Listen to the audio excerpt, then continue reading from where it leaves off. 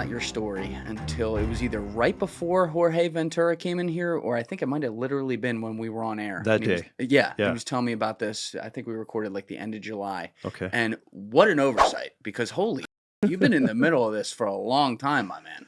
Yeah, it's been a long run, and I actually heard about you for the first time from Jorge as well. Love that. And dude, you've been blowing it up, doing great stuff. I'm glad to see you. this podcast doing what you're doing. You're wired so right, and it's an honor to be on the show for one. But we got to give a big shout out to our brother Jorge. Absolutely. He and I have done some fantastic work together, and Sognick, who kind of brought all the production behind the scenes. And you heard a couple stories in his episode of the madness we ran into in Siskiyou County, and I've probably got a few more we'll talk about today potentially, but. Thanks to our brother, he's doing good stuff out there as well. Absolutely. He's really impressive. I mean, Yeah. that dude, there's some people who like to put their fingernails in the dirt, and that makes them really great at their job, and there's no doubt he's got that gene. Like, you know, it actually kind of reminded me, like, once I knew your story, his story's very similar. Like, when he went to make the first documentary that you were involved with, where he, like, bumps into this scene of, like, giant cartel plantations run by Chinese in California. He's like, what the Yeah. And you... working at, it used to be called the California Game and... We used to be the California Department of Fish and Game, and then we changed to the California Department of Fish and Wildlife. Got it. And we're still game wardens, though. I promote that because game implies hunting, and hunting is good for conservation, as you know, being a conservationist. You're part of that thin green line, Julian, and we're all part of that team, which is fantastic. And I was there almost 30 years, about just over 28. Mind-blowing career. Yeah. It was a dream. It felt like it was about a 10-year career. Growing up, hunting, fishing, learning to, just be in the outdoors and savor everything the blessings are out there to offer. Where did you grow up? I grew up right in the Silicon Valley Bay Area, like right inland from Santa Cruz in the San Jose Bay Area, but down in the southern county of Santa Clara County, where you have cattle ranches, big parks, open spaces. And people don't realize the Silicon Valley has a lot of wildlife resources around it and just some beautiful open spaces, both private and public. And I'm still down there, 30, 40% of the time now in Montana full time. You're a Montana guy. Yeah. I hear amazing things about Montana. It's, man, Montana is one of the last of the best left wilderness states in the lower 48 for sure. And a short story, my grandfather was career Navy.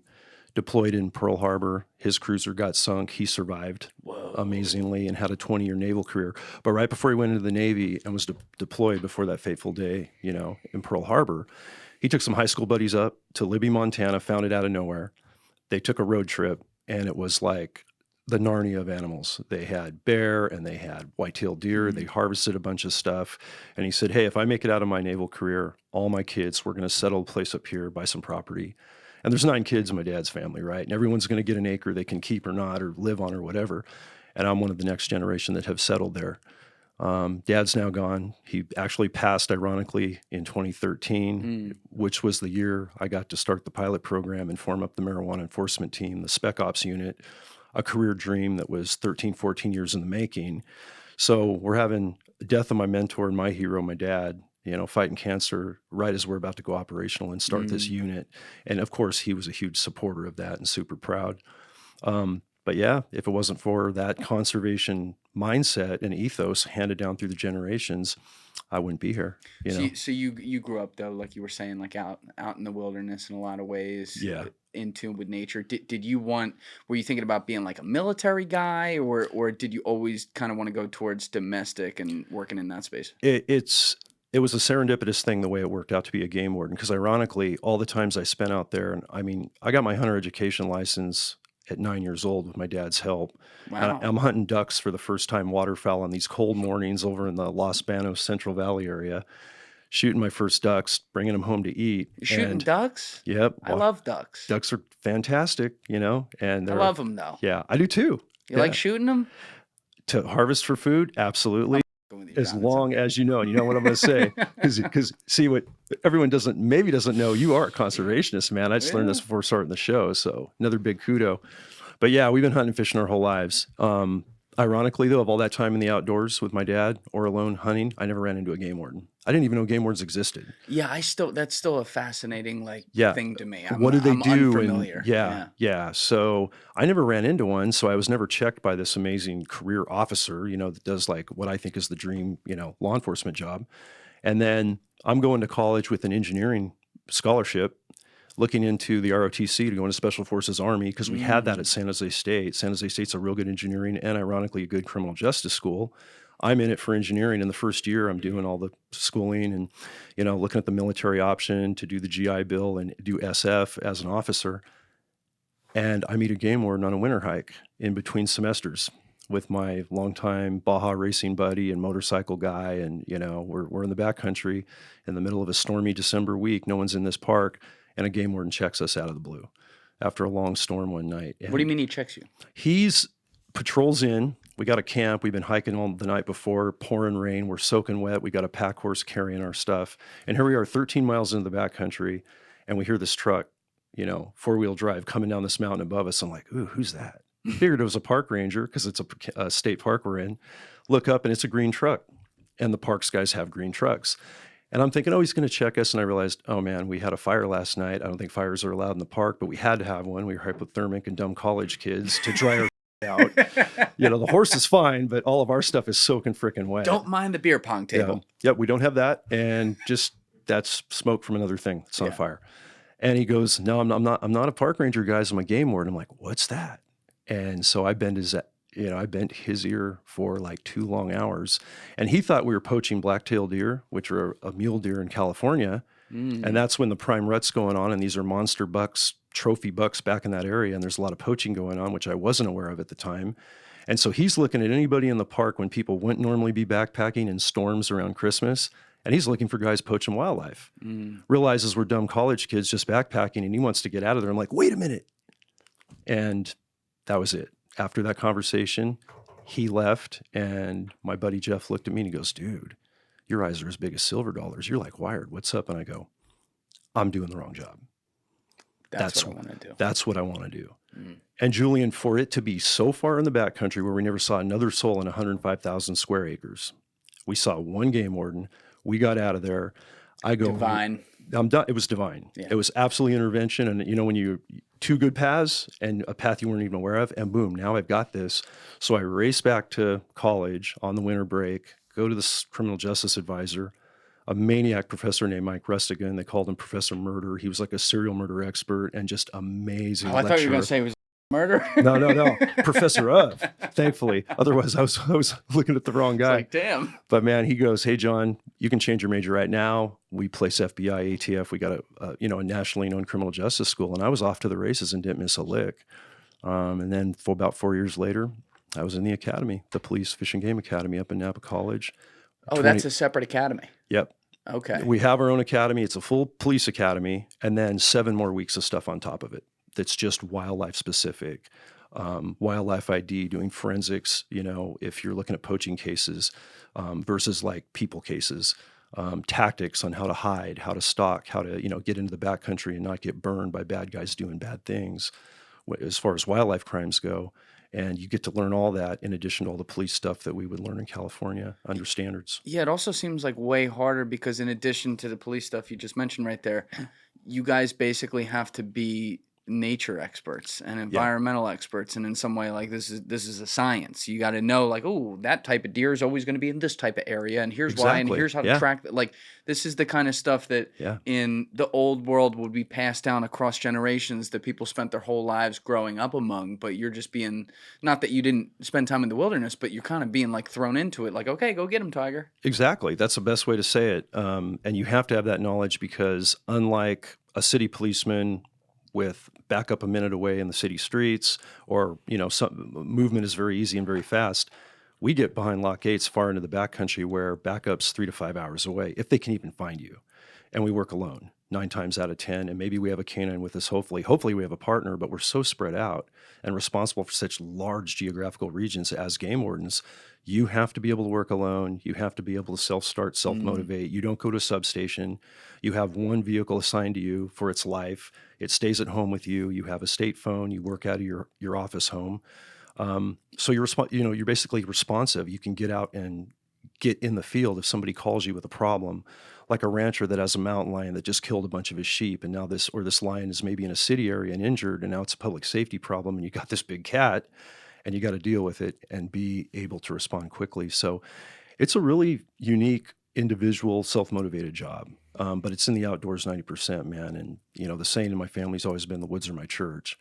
And there's a lot of, just spiritual strengthening and breathing fresh air and getting out of the riffraff and, everything from people being depressed or, lacking direction some places. You get them in the outdoors, some of these kids we work with, and it is inspiring, Julian. Oh, Let me tell yeah. you. Really inspiring to see what effect that has and the strength that it creates within.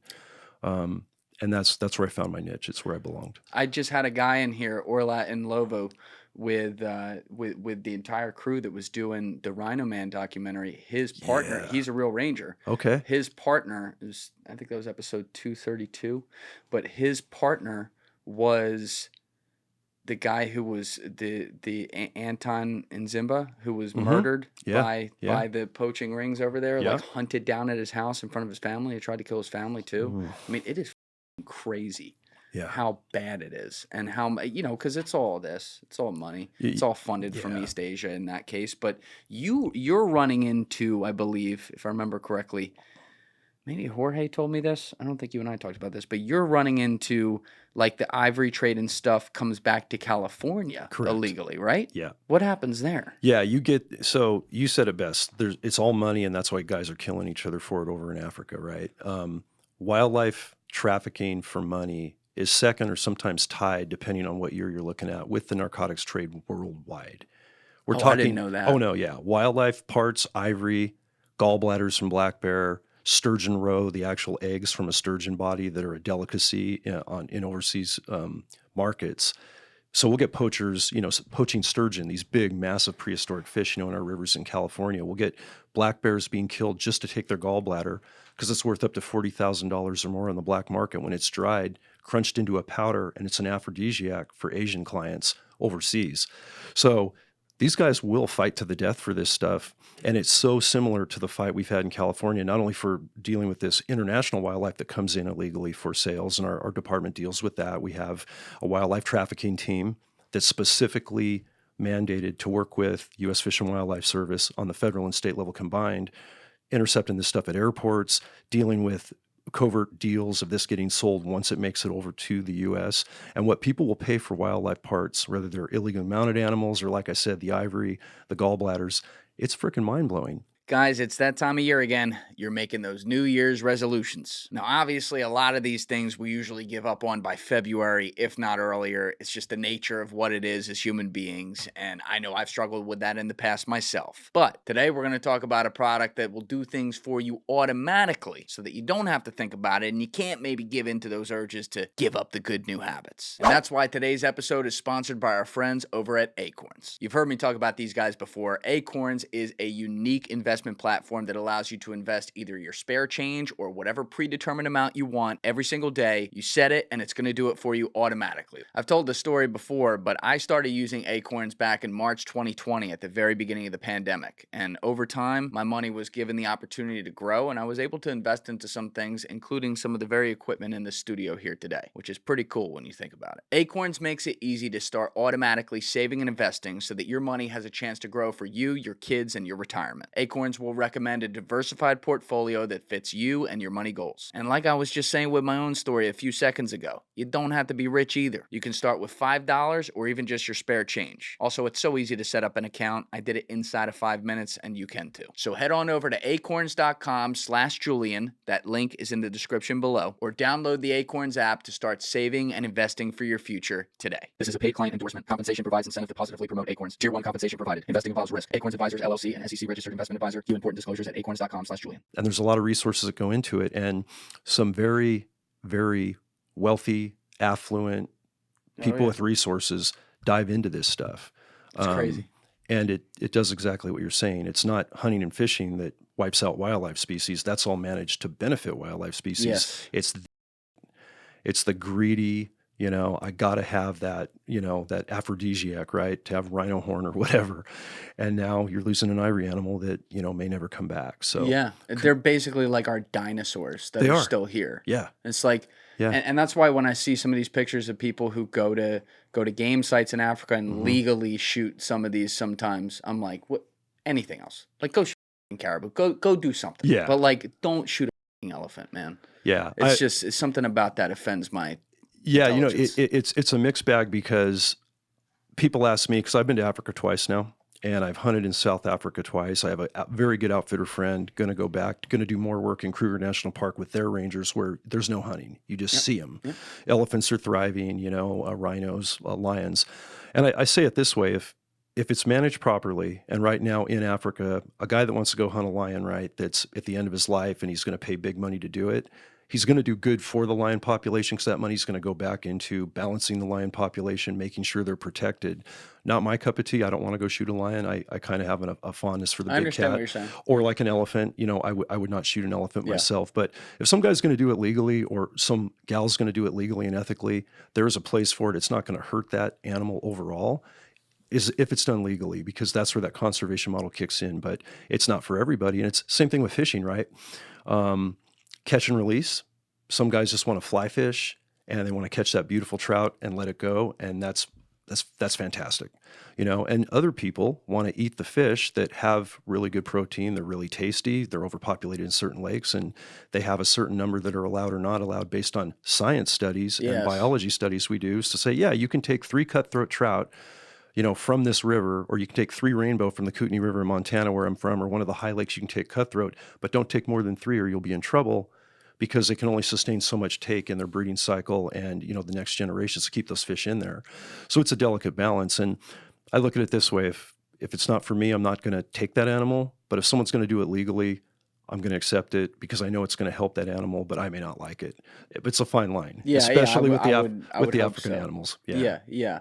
But it's also like hard because, again, you're responsible for patrolling basically like thousands and thousands of miles of wilderness, crazy, yeah. and people are out there. You're not going to be on top of them, and it's like an honor system. Like, oh, I'm just making up an animal right now, but I caught 3 of this type of bass today. Right. That's the max of what I'm allowed to do. No one will ever know if I do 4. Yeah. But then, Or there's 5 hiding in that bush. you got to try to then you got to come out there sniffing like he caught 4, and you got to arrest him or something. Yeah. But it's like a very weird. It's not like, you know, you walk into a bank and rob it. Okay, all right, let's get the cops in here. It's in the middle of the city. It's not black and white over crime, punishment, good, bad, good guys, bad guys, or whatever the stereotype is. It's a different type of law enforcement, which makes it interesting for one. And it also makes it, I think, sometimes under-respected, you know, because people say, okay, you guys are game wardens, you're fish cops. So a guy took too many fish, a couple. What crime against humanity is that? You know, where you got a drug deal going on down here with this guy's going to die from it, or there's in progress. And what people need to realize is at the end of the day, we are all law enforcement officers. Public safety is our priority. Wildlife enforcement is our mandate. It's our forte. So we're all force multipliers, you know, and game wardens now throughout the nation, fortunately, and the world really are getting the respect and I think the awareness largely because of podcasts like this. Yeah. You know, when Joe Rogan and I talked about what game wardens do, and we dove into the thin green line. And well, the cannabis thing just blew his mind. And, you know, being a cannabis guy, and he hunts elk and he's a conservationist and, you know, has become a friend through this process of going, holy crap, man. Game wardens are doing a lot more. I mean, I was thinking you were just checking fishing licenses, you know, and like, oh, you don't have your hunting license. It's a stamp on a write you an administrative ticket. And you're getting gunfights with cartels and your dogs are being attacked and these guys are in the mind blowing. That's what game wardens do. And we have more likelihood to encounter a gunfight without support than most cops do just because of where we're at and what we're doing. But the caveat, the silver lining in all this is 95+% of everybody we run into that has a gun is a friendly. You know, they're allies. They're you and me in the woods hunting, and here comes the game warden. It's like, oh, hey, cool. He's going to check us, and I saw this guy doing this. Now I know who to call. Now I've got a contact of my local warden who's 20 minutes away, not 20 hours away. Right. I'm not going into a phone tree and calling a 1-800 turn-in a poacher line where I might get a call back 2 days later, and I'm on the Feather River in California and just saw a massive sturgeon poaching operation going from like Russian mobsters wanting that sturgeon roe, knowing these fish were going to go out and make hundreds of thousands, if not more, money on the black market, and the fish is probably going to be wasted. And that the Russian mobsters are out there with a line catching they the may fish. They may not be catching them, but yeah, some of them do. Fish coming boat right now. I need to see that. The $10,000 fish, it's a small one. $100,000 fish, it's a big one. Look the other way. Make Throwing knives in the water, like get them both. Make sure that guy doesn't come to me. Yeah, so it's an amazing career, but it has its challenges, and every day it keeps changing. I mean, when I started in '92, and I'm in the academy as a 21-year-old, wet behind the ears pup, out of college, did 11 months in juvenile probation, working with the murderers and the gangsters in juvenile hall. Some really nasty, some good kids, just in a wrong mix. Had a great time having that experience before going into Fish and Wildlife to see that perspective, because I would run into later on these Mexican cartels. Oh, yeah. And I didn't think I would ever be jumping out of Black Hawk helicopters and running a tactical unit with some of the best canines on the planet, chasing down guys that want to hurt us or kill us or anybody that comes across their multi-million-dollar crop in the Silicon Valley foothills where I grew up, and not knowing that at that point it would span to not only a statewide problem, but we would see this embedded throughout America. And I would be sitting here with you telling this story that's morphed into a massive problem beyond wildlife. Yeah, it's kind of like if you've ever seen in the movies or regular in documentaries with fucking Google Earth now, when people zoom in on something and then it like suddenly shows you the scene and the problem. Yeah. But you zoom back out and you could zoom in on somewhere else and you could see the same kind of thing happening, or like a parallel thing happening. When you look around the country, especially on states that are close to the border, or specifically all along the what is it, 2,000-mile border or something along Mexico, U.S., like the shit that's going on that somehow like doesn't get reported to this day is crazy. And you say it yourself, like you've been in the middle of this for at this point like decades, essentially. So you've seen this long before this was, we're gonna build a wall, Mexico's gonna pay for it. Like you were there way before that. Yeah. And yet that seems to only, I guess it was like 2015 when he started saying that. That was kind of in my life the first time where I remember it even really being talked about, how crazy this had gotten to. Like, does it ever feel like to you, like throughout your career, has it ever felt like the fix is in? Meaning, like, people, they don't want to cover this because there's some, I don't know, darker forces at play? I think that's possible. I don't doubt it. I also think we have a point of just sensory overload on the problem when we talk about the depth of it. And in general, people want to shut down because it's a dark, dark picture. Oh, yeah. And it wasn't until, like you said, when that wall idea came up, all of us would do anything. And border agents that I work with on the southern border now, that I've taught, trained with, or been down there on doing documentaries myself with our Thin Green Line film team, we saw this before the wall was even an issue. And when the wall was going up before the last administration switched over, how much trafficking was going on. And, I liken it to cartels and weed, which we can dive into in more detail of why that's such a problem. But people think, okay, so these game wardens formed a team and there's these, special operations guys running around the woods trying to take down these cartels. But I don't, weed's not my backyard. I don't use weed. I'm not going to consume it. It's legal now, so I can just go to a dispensary and all that's legal and it's pure and it's organic, which we all know is wrong, not happening that way all the time. Even in the dispensaries? Even in the dispensaries.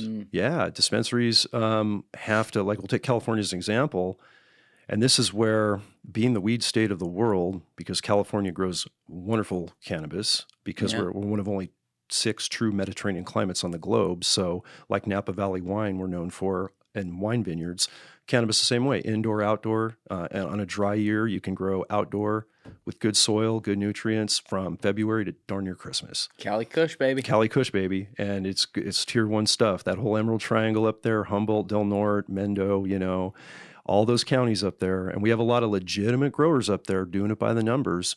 And why does dispensary weed sometimes have this toxically tainted with EPA banned chemicals embedded on the plant in dispensaries? Because the legal market is going under, right? We regulated in 2016 with Prop 64. I know you and Jorge talked a little bit about this. And our team had been operational now for 3 years. And everyone's saying, well, you guys just created your ninja black operations team, and you're going to be out of a job because this is all going to go away. And we're like, no, it's not. You're going to regulate. What made you so sure? I knew right away with taxation, with oversight, and the cost of doing business for these good, legitimate, legal growers that want to do everything by the numbers. And keep in mind, there's a good percentage of growers in Northern California, throughout all of California, and throughout other parts of the nation that were doing it right other than it being illegal, right, on a statute. They were conserving water because they love their outdoors. Most of these are outdoor, rural, mountainous growers, so they want their pristine, the woods are their church too. So they're out there living in that environment, and they want to use as little water as possible to conserve water on the cannabis they're generating, right? They're never going to put a toxic poison on it.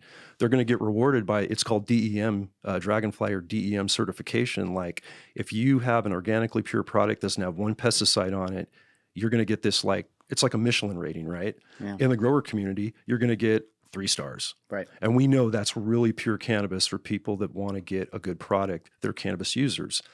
But now we're going to regulate, and we're going to do one thing. You're going to have to go through, I don't know, 7 to 11 permit processes from different agencies. You're going to spend $50,000 to maybe $120,000 on your cannabis operation to get it certified by 5 agencies. You're going to pay a lot of tax on it. You're going to pay a distributor amount of money that there's corruption, and you may not get the money you're owed. So right now in Cali, as an example, we have tier 1 growers that should be doing it and are doing it by the numbers that you want to see there doing what we changed for law, and they're shutting down. They're going under because the black market folks run by the cartels are making potent 22 to 27% THC content strains of weed. It's dirty as heck with neurotoxins on it, most of it, but they're going to the black market where people can afford it. It is cheaper than legitimate cannabis, and they're making billions, not millions, but billions of cash dollars from that side and running good growers out. And then I also knew we had a year, this is an interesting story, but we had a year of grace period when we regulated in 2016. It was late 2015, and I was getting asked as the lieutenant and the team leader for the marijuana enforcement team to go around the state to these grower meetings that were being called, and big public forums and big, 400 or 500 growers coming out. And, a cannabis leader from the California Growers Association would panel it. Legislators and growers would speak on what the legislation was going to be, and then they'd have me there in camo, got a PowerPoint up, and they're looking at this first cop that's ever been at a grower meeting. And keep in mind, bro, these are growers that have been black market for 20 years. Cash business. They're coming out of the dark, going to like a veterans hall in Santa Cruz, which is where one of them was, ironically, from our old stomps. Yeah, we get so many Santa Cruz people in here. It's so bizarre. And Alessi's from Santa Cruz. Yeah. And so Alessi will appreciate this one. Was one of them Luis Navia? Oh, so we can sell the cocaine for legal now. Louis might have been there. No. Louis, no offense, I do not personally remember you there, but if you were, it would have been an honor. Yeah, that's that guy, like the way he talks about Santa Cruz, very different from everyone else. He's like, oh yeah, we were out there drinking, smoking, fucking. It was amazing. I'm like, is this your Santa Cruz, Alessi? Hey man, it's Lost Boys legacy, Sounds awesome. man. Yeah, Alessi, we were talking about Lost Boys. Anything goes on that boardwalk, baby. Yeah. In Santa Cruz. But so I go to this first meeting, and the eyes of these girls are like, what's he doing here? Cop. He's looking at our license plates. These probably guys casing us. I'm like, oh, time out. Everybody breathe. Take a minute. This is who I am. A joint on stage. Yeah, just pretending, all non-herbal. No. But I take like that big time out and go, guys, I'm going to tell the story. We're here to educate. We're not arresting anybody. You're about to go into legal regulation. You're going to have to register. But I want to show you what we're fighting, that you're part of the fight for. And the PowerPoint pictures that are in the book, right? Dead mountain lions, black bears and their baby cubs frothing at the mouth, dead in trees from ingesting these neurotoxins from grow. Punji pits, Vietnam era punji pits, anti-personnel for hikers and kids to walk into in national parks that, my relatives fought in Vietnam, and what a punji pit is, the Viet Cong putting out these bamboo stakes underground for our soldiers to fall into, unlike the Ho Chi Minh Trail. And seeing the AK-47s and the bad guys we caught and our dogs being stabbed, and they're crying. I had growers so outraged at that. They were crying their eyes out going, that's not us. We don't do any, and the water stealing and the pink toxic stuff in this water that they're taking out of these creeks and decimating these fisheries. They were heartbroken, a percentage of them. And it made me realize, okay, well, then this is just a law that we're dealing with. We're dealing with a statute. These people aren't destroying the environment. They're just growing weed, making money. So let's get them in our backs. And they termed us their Earth Warriors and said, that's what we're about. And we're going to give this regulation a shot. We're going to come out of the dark. We're going to pay the money if we can afford it. We're now going to be overt. We're going to pay taxes, blah, blah, blah. And now they're getting run out. They can't afford to do it. So they're going back into the black market or getting out of the industry entirely. How do they do now that they've shown themselves though? How do they do that? Because like they have their fields where they grow it, and now we know where they are. They just suddenly like we're black market now. Oh, Yeah. okay, no problem, not coming in. Or move operations, collaborate with somebody. A lot of them are just going into different markets as well. They're going into hemp production, non-THC content stuff that they can do regulated. They're going into, other type of herbs, medicinal herbs that aren't on the cannabis spectrum. But when we watered that crime down in California for outdoor or indoor illegal growing from a felony to a misdemeanor, and then made it an infraction for a juvenile grower, someone under 18, the cartels went, this is going to be great. Home free. Disneyland e-ticket rides all day long. I got a free pass.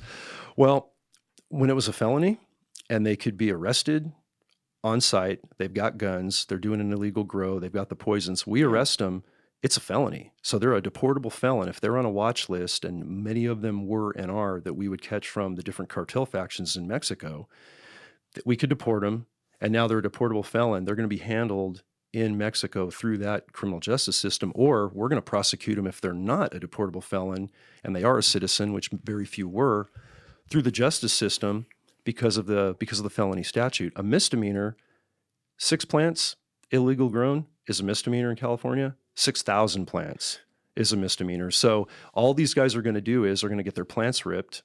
They're not going to be prosecuted for that crime unless you have human trafficking and you get some real aggressive poisons that are felonies. And they're just going to outproduce law enforcement. They're going to rip 4 or 5 of their grows when they got 40 more going down the road.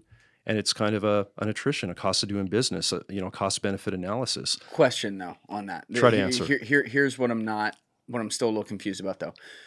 If you move it down to a misdemeanor and you catch your regular black market guy, Rob, doing this, who's just growing plants and whatever, okay, then you're only allowed to call it a misdemeanor. You can only take 6 of his plants, and just like you said with the cartel example, he's still got 40 behind here, so whatever, he wins.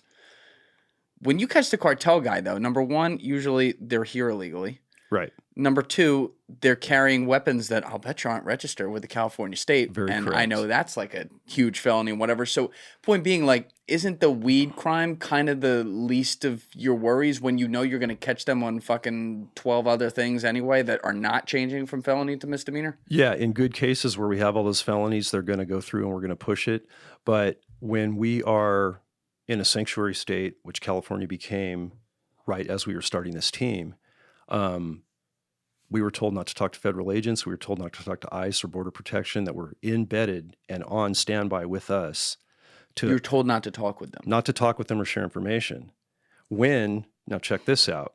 We're not only state law enforcement officers. I have a U.S. Fish and Wildlife Service ID. I am deputized federally when I get out of the academy. We can enforce federal regulations related to wildlife trafficking or anything related on a federal level. We're also mandated by policy to work with any federal agency that needs our help. If FBI calls me up and says, hey, Lieutenant, we got this murder investigation going that might have went down in a grow, or it might have been around, let's say somebody was shot, maliciously in not a hunting accident, but it happened in that situation. Of course, I'm going to do my due diligence. I'm going to work with that brother or sister, get them the information they need and solve the crime. And we were actually told, do not talk to ICE. This guy you have in custody, you got in a gunfight with. The book chapter goes into it on our last gunfight that I was involved in with my team in 2017 of the 6 we've been involved in.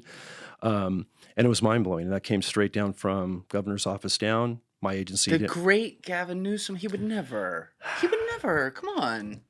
I don't remember. Greatest governor in American history. Yeah, I don't remember if it was old Newsom or if it was Brown at the time, but I think it might have been our latest governor. Those California values are very, very important. They're great. So nothing bad about them. And 2 things going on. We have cannabis just got regulated, and we want it to succeed because everybody saw the dollar signs, including our government, right? And every state that's mimicked California since, Maine, Michigan, Oklahoma, Oregon, Washington, Colorado, New Mexico, they're all having the same shit show right now. And I've been teaching and speaking and training these groups about, hey, this is what we did in California, why we formed up this unit.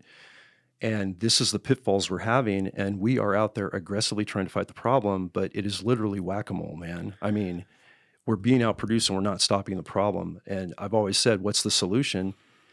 You have to look at everything that goes with illegal cannabis, not as anything against weed, but you have to put the felony back in it.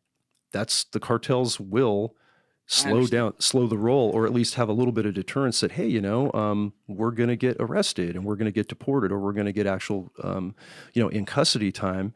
And we're going to add those additional crimes like banned poisons that are felonies, right? Banned poison? Yeah. The banned poisons and toxics that they put on that cannabis. Oh, right.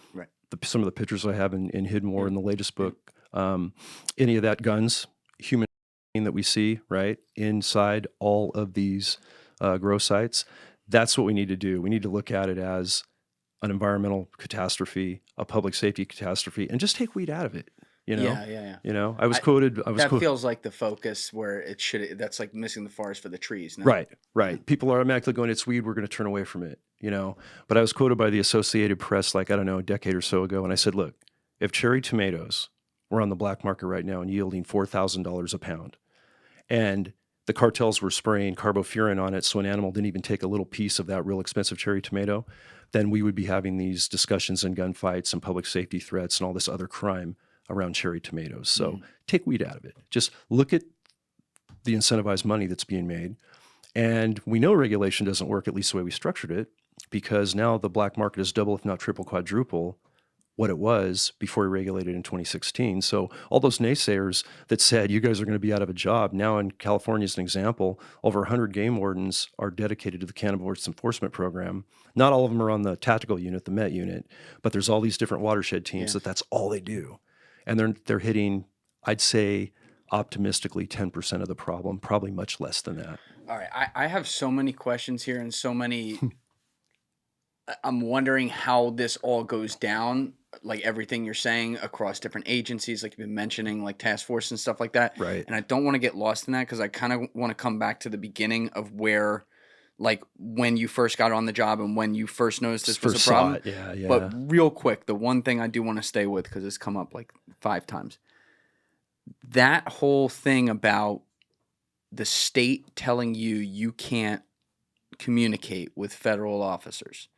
Now, I understand you work for the California Correct. state here. You're not a federal guy. You work for California Fish and Game. Correct. If you did communicate, though, with those federal officers, is that illegal? It feels like the state is circumventing, and I believe in state rights and everything. I understand some of the issue here, but like in this case, the state is purposely circumventing federal agencies' ability to do their job that they quite literally have jurisdiction over. Am I wrong? You're not wrong at all. Julian, you hit it, bro, straight up on the head. That's exactly what happened, and it was because the depth of the cartel involvement in California was being underplayed. One, because legitimate cannabis was supposed to take that problem away, and this looked really bad for legal cannabis. And the other thing was, just like what we did on our southern border in this last administration, why did we flood it with tens, if not many, many more millions of illegal nationals coming up across the border, with a percentage of which are cartel operatives, or they're in grows, or they're doing trafficking, or they're doing fentanyl? Why would anybody logically allow that at an administration level? People say it was to ensure votes, for this next election. That was certainly a discussion. But what is the rational reason for that? And there's many different, answers and many different kind of factions to that. But when we were told that was something that came from the top, not even from our agency, from above our agency. And it actually wasn't something we were supposed to do in policy. Because my question to the administrator that told me that, and my captain at the time said, I can't believe I got to tell you this, but that guy you guys just got in that gunfight with that survived, that was coming down on you with firearms on that grow raid, and a canine and one of my officers highlighted in this book that, made a really good counter move as we shifted in that little battle. So we weren't hurt. He said, you can't talk to ICE. That guy is... He's if he gets out of the hospital, he's not going to be handed over. We're not going to have anything to do with it. I'm like, okay. Wait, you're not going to hand over the bad guy to ICE? We're not going to do it. It's not. You're just going to let him walk. It's not our job. He's going to get a ticket. He's going to get a court date, and he's going to show up or he's not going to show up. But what if ICE shows up and they're there and the guys? They're going to grab him. All right. Good. Yeah. If ICE happens to be there, God willing, then good. They're going to handle their thing. They're going to deport. They're going to do what they're going to do. How often did you break this rule? Did I personally? Yeah. Oh, I didn't break it. But what I can tell Where you you is... just, slid over the notes and said, "Oh, look what I left there." What Would be a shame if someone picked that up. Yeah. What I can tell you is there were a lot of really dedicated ICE agents that were environmentally motivated and wanting to kind of, draft what we were doing. And they stayed in the area and they were always on board, many times studying the same groups we were. So it didn't fall through the cracks. Wink, wink. Wink. It's a wink, Many wink of these system. guys made it. We didn't have communication. Nobody wanted to lose their jobs or be disciplined. Obviously, it's one of those things, though, that this stuff it's not hidden what we do. We put out press releases, data gets generated on who's in custody, and it goes from there. It basically makes your job, though, unnecessarily harder. Well, it handicaps you, it hamstrings. Yes. And when the public finds this out, they're like, how could that even be possible with the damage this guy was doing environmentally and what that grow is doing? And on top of it, that particular grow site was in Santa Cruz County, just over from the Santa Clara County side, and a third of that 10,000 plant grow complex was on a children's science camp property. So these kids were going up in the summer learning to archery hunt, learning to wildlife ID, learning to track, learning vegetation, getting those skills, those confidence builders, to learn the outdoors, kind of like Cub Scouts, Boy Scouts. And by the good graces, they had never had interaction with when this grow was going down. And then the other thing about this grow that made it so heinous is we had an inordinate level of preparation from these cartel grow sites on that side of Santa Cruz County. What do you mean? Mindset, very aggressive, Okay. very fortified, some tactical awareness of where to set up their grows, where to set up their camps, blockades where they could set up an overwatch position with weapons, big weapons like AK-47s, shotguns, 45 pistols, guys that were wanting to fight. We called the area Asshole Alley because every time we went in there for 4 years, Julian, in a stretch, if we weren't taking guns off guys and not having to shoot, or our canines were making really good apprehensions, we were getting into, fisticuffs with guys that weren't giving up. It was a jungle. It was the Wild West out there. And I just knew it's going to escalate. And the reason that area got so aggressive is these cartel groups got really, really confident because after we regulated with Prop 64 in 2016, they go, oh yeah, there's very few agencies that are actually going to work this now. Santa Cruz PD, the sheriffs, different groups, they're going to go to the mom and pop, check for the 6 plants. They're going to go to do dispensary inspections now because that's the focus. And they're like, hey, it's a misdemeanor now. We know how aggressive those things are. We've helped you guys out. We've seen guns. We've seen the toxics. Yeah. We've heard about the gunfights you guys are getting in quite too often. It's not worth it for us. It's not the risk. Go do it. So that day that gunfight happened, and I go into the book in specifics, we got no help from anybody. It was a fish and game marijuana enforcement team led mission. My buddies from Santa Clara County Sheriff's Office that I worked with in the early days to even get into, their help to make our own team. Great team, very aggressive. They got a real good canine kind of after our canine showed what they could do. I borrowed them and their dog and 2 of our canines. So we had 3 canines. I said, bring the pack, man. It's going to be a Wild West ride today. I had that sixth sense that when we were going into that mission, we were going to do everything we could not to have a gunfight, but it was going to get Western. I love how there's 6 federal agencies right there, and they're like, best we can do is a sheriff and 2 dogs. Yeah, but you know what? That's crazy. And that was a sheriff's department from out of their jurisdiction. And I don't know if I was a local sheriff, I'd be like, that's embarrassing, man. Yeah. We're not going to help our game wardens, but these guys are, they're going to borrow, really wired right sheriffs over on the Silicon Valley side. Good on them to help. No, it was fantastic. They were brothers. We'd been in a lot of scraps together. In 2005, when I had only worked with them a couple of times, and it was myself as a new lieutenant, 2 young wardens with me, 3 officers from the sheriff's office, brothers for life, all special forces, snipers, the whole 9. And then we got ambushed during a raid, August 5th, 2005. They were in full harvest. There were a couple of, heavily armed cartel gunmen, at least a couple, that were there defending the grow from anybody that comes into it. And my partner Warden, just a year out of the academy, AK-47 round goes off as we're sneaking through the grow, enters his left leg and tumbles like a military steel core AK round does, just tumbled through his inner left thigh and then tumbled right through his right leg. So he's bleeding out of 4 big holes. I'm returning fire. Two other sheriff's deputies are now engaging a guy that's got a sawed-off shotgun pointed at me through the brush that I don't see, and another young warden that's next to me on his first grow raid. And if those brothers had not engaged this cartel suspect, this gunman, I'm not here to talk. If they had been a second too late, I would have never made it out of the woods, and probably another warden wouldn't have made it out of the woods. It was that crazy. One bad guy shot, 3 of us returned fire, and the domino effect in that 8 to 15 second gunfight, we were really lucky. And by the good graces, Mojo, as he's call signed in my books, survived that after your recovery. But we waited almost 3 hours for an air rescue to get him off that damn mountain, bro, while he's bleeding out. And we learned that day, and I didn't know it overtly, but when you just kind of subconsciously, I knew it intuitively. I said, okay, this is not your typical bad guy poacher that we're going after. No. These are the worst of the worst. They're not from this country. They're running around with looking like, Sandinista rebels. They're dressed the part. And that mission that morning was in the foothills above a little town called Los Gatos, an affluent suburb of the Silicon Valley. And as we're climbing the mountain on that 100-degree morning, we're looking down at Meta headquarters for Facebook and Instagram, Cisco, eBay, Oracle. And that's what we're looking at. A bunch of guys who were like, you need to let everyone come through the border because this is an open border country. Yeah. You're like, yeah, tell that to my fucking bullet wound. Yeah, exactly. So, but that day I knew, man, I said, we have a bigger fish to fry environmentally. Yeah. These guys, we didn't even, that was the exposure to the worst level of violence, what they're prepared to do for their cash crop. We didn't know about the poisons that were all over those plants because they dry invisible. We're running through it, We have no idea what we're getting exposed to. We don't know, what our dogs are getting exposed to. You're 13 years into the job at this point? This is 05? This is 05. I started in 92. So yeah, I'm about the halfway mark. Okay.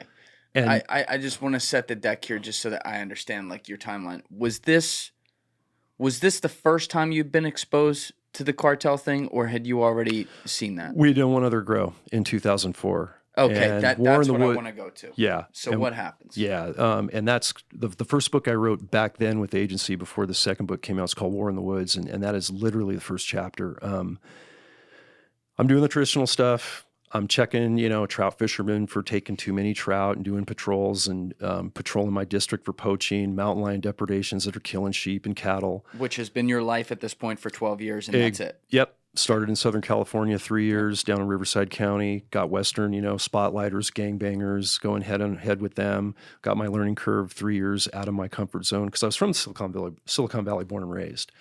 After the academy, I got shipped down to SoCal on the Inland Empire, Riverside, and it's Western.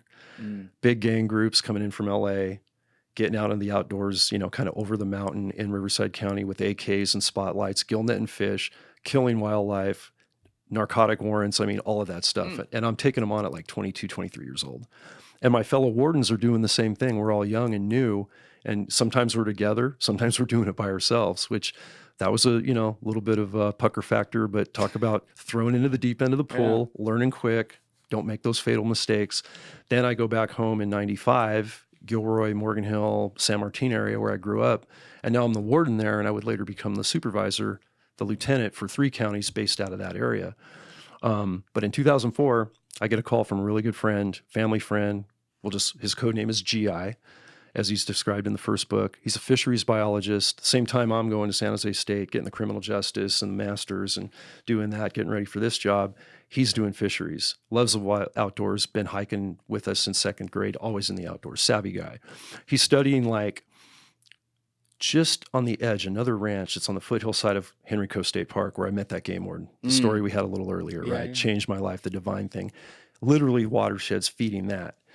And he calls me one day, and he's been studying like these creeks for all these endangered species, frogs and steelhead fish that migrate from the ocean and come all the way up, spawn, leave, and go back to the ocean. And steelhead are so close to being completely gone. They're federally and state listed as threatened and endangered species, and each steelhead that makes it is worth, I think today, $40,000 to $50,000 if you put a monetary value on them. And he's watching these creeks, studying them, writing his thesis, and one day he calls me up and he goes, dude, like one creek is bone dry.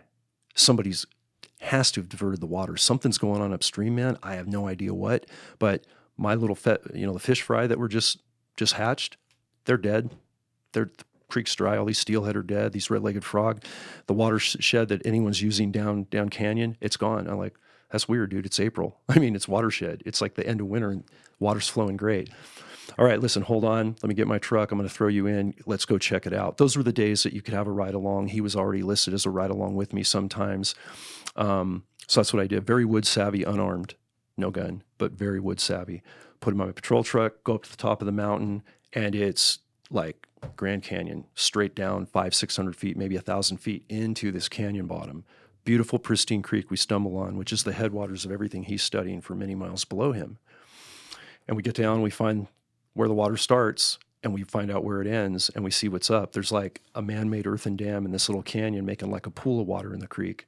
And then it's all shrunk down to a drain hose, so a water hose, like a garden hose, is running down the creek. Everything below, Julian, the hose itself is now dry, which runs all year for these animals. So you're like, where's this going? And when I went up there, what am I thinking? I mean, I'm not thinking about foreign invaders just took our water and for like their little super camp. I'm thinking, okay, some rancher's up there and he needed water for his cattle, so maybe he diverted a creek he shouldn't have. That's what I would expect to see. I had no idea. So we go down the canyon. We're following this hose. And I've got an AR-15. I've got my pistol. I have my cell phone. I have my radio. There's no coverage for either. We're in the middle of nowhere. But you're not thinking, your brain's still like, I'm not going to have to use this. No, I'm not going to have to use it, but I'm prepared if I do. Right. Always try to be tactically savvy. We're by ourselves, so be prepared. Train for the best and expect the worst. Don't get caught with your, pants down if you can avoid it. And he's behind me, my partner, and we're just working our way down the creek quietly. And again, it comes into being that hunter and just knowing something isn't right. And even though we didn't know we were going to run into what I'm about to tell you, we did it stealthy. We did it like we were hunting carefully and being quiet. And that's what saved our lives that day. No exaggeration. What time of day is this? It's like maybe 10, 11 in the morning. Okay. But in such a steep canyon, it's just shadows, right? And we're creeping down this bank. And then we see the water hose just kind of peter out and continue down the channel. And pretty soon I see like marijuana plants on the left side of the bank and on the right side of the bank. And they're about 18 inches tall. And they're just as far as the eye can see. And I'm like, this is fucked up. This does not belong here, man. What is going on? So I know it's an illegal grow, but I don't know who. I can see what they're obviously diverting the water for their plants. And that's what this whole, shit show is about. But as we start to move, I see some movement down the creek, and here come two growers. And we're hugging the bank of this undercut of this creek out of view, guns up, my optics on it, like what is going on? And these two guys come out and they're in the green BDU, like Vietnam era battle dress uniform, Latin males, definitely not, they didn't look like they were from the area. And they are coming through, man. And the guy on point, I'm not kidding, the guy in front has like a machete and he's like looking at plants and kneeling down very carefully, and he'd stop for a minute. He'd look around real quiet to see if anybody was looking. He'd trim it. He'd fix a water line. The guy behind him had the long gun, had a machete and other things, and he's scanning like tactically, and he's looking behind him. Those are skills of a tactical unit like we run, right? Yes. Like a SEAL team or a SWAT team. I'm like, and these guys are by themselves. They probably haven't ever seen another living human being, or something would have happened. We'd know about this problem. So there's situational and tactical awareness right now, and being a tactical instructor at the time and going into those skill sets for many years previous, I'm like, this is not your typical poacher. You're like, Sicario. Yeah, I'm like, Sicario, what is going on here? And we just hid, man. We just hugged that bank. I kept my weapon up, and I thought, I really hope these guys don't see us, because I knew right away they were going to engage. They weren't going to give up. I was probably going to get my first gunfight, and I had an unarmed civilian with me. I had no way to communicate with my agency unless I hiked way back up on the hill. Yeah, how's your scientist buddy taking this all in when he sees this? He's, you know Shit what? Himself? No, he's a tough MF, man. Good for him. Yeah, he's been rolling with my whole You're group in Jersey. of siblings. You can say motherfucker. Yeah, no, he is. He's a tough motherfucker, bro. And he's still doing, man. I say he's doing God's work out there as a freelance biologist all over the West Coast. And he, you know how passionate you are about these issues, man. It comes out, which I just love. You bring it out in me, and I'm reliving it again. Here I am, retired operationally, and he has that same fire. And even though he's not an armed badge, he was like one of my best like quasi game warden ride-alongs. He was like always out there, and if it wasn't riding with me, he was calling me up all the time. Dude, this guy's doing this. You wouldn't believe what I saw. Great eyes, really confident out there, not scared of a thing. That's great. And even not being armed, he's like, okay, well, I can get cover. I'll figure it out. You just tell me what I need to do. I mean, I almost felt, wait, is my gun coming out of my holster? So I got the rifle, and does old GI covering me with my Glock? Yeah, he's reaching over. No, he didn't do that, but because I told him not to. But he's that kind of guy. He would take a bullet for me, vice versa. He's a family brother. So we're hovering, being quiet, and these guys are creeping, and they're getting closer. They got to about 15 yards, which that's dangerous. Not real far. And we were still hidden in the shadows. And if you don't move, even though we didn't have cover in front of us and I got the gun up, I mean, just the tactical thing is movement kills, even when you're camouflage face painted. It's Fieldcraft 101. Oh, yeah. In sniper schools when I teach it, or when we deploy to snipers. And as hunters, even as a kid, Dad taught that early. He said, look, you're going to be all dressed right, but if you move too fast and something looks back and you suddenly jerk or you hit a twig, you're done on a hunt. That's it. And military-wise, you might get shot by a two-legged predator. So we just held. And those guys, man, I could just feel them seeing us, and they didn't see us. And they got around the bottom of the creek. They checked a couple plants. They looked both ways, and they slowly worked back and kept working plants till they were out of view. How big? Could you tell at this point, like, how big this plantation was? I saw several hundred. When we led a team of narcotics task force guys, that I would start to immerse in that world and bring everybody together. Once we got out of there, it was 7,000 plants, which was massive then. We've had cartel grows that are 50 to 100,000 plants that take over a mile of a mountainside. A mile? If not more.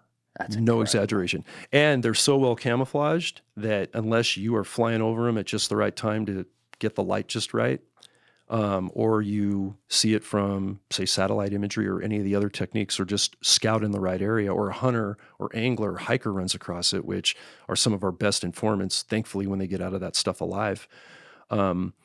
It's hard to see. How do you camouflage Mary Jane? You know what? I'll tell you some really crazy. Please. Yeah. Here's I don't know shit about this. So I'll get back to that 04 story.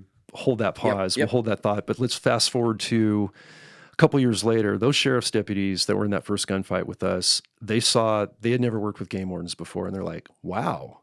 These game wardens, man, I'll take these game wardens. I'll take John and his boys over, deputies that I don't even want to work with up here. And no diss on them, but because they're just comfortable in the woods. They love this shit. They're quiet. Goddamn country killers. They're country killers. They're almost they're just quiet. They hold up. They're in the woods all the time, and we would find a grow site in a place called Foothill Park that was in Palo Alto. In Palo Alto. And for many of our listeners and viewers, Palo Alto is the home of what university that's worldwide known? Stanford. Yeah. Okay, so Stanford University, go up in the Western foothills, and I shot at Stanford University in the Silicon Valley. Oh, I thought you were going to say this was like a Stanford cartel experiment. No. You're really worried. It was close. That wasn't happening to the best of my knowledge. But...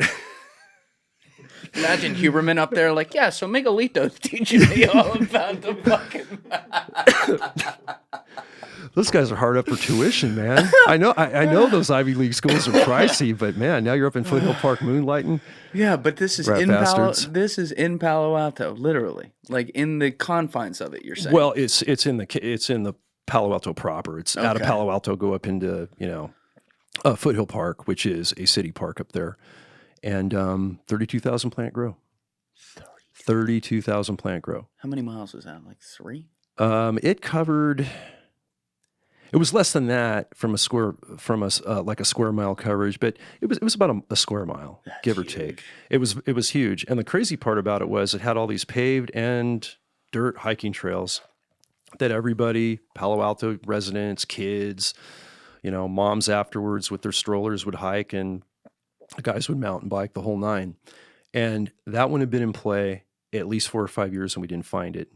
A park ranger hadn't found it. And this is so close to the city. This is how clever, and how much work these cartel guys will put into the Fieldcraft to disguise this multi-million dollar operation. They do have a great work ethic. I got to give them they that. do. We've had water pipes 3 miles long, Yeah. gravity fed through Poison Oak underground. They have to run all that pipe, and they have a gravity fed. They irrigate like nobody's business. The best. I have nothing but respect for that work ethic. Yeah. In different A lot of discipline in the cartel. Yeah, in different areas.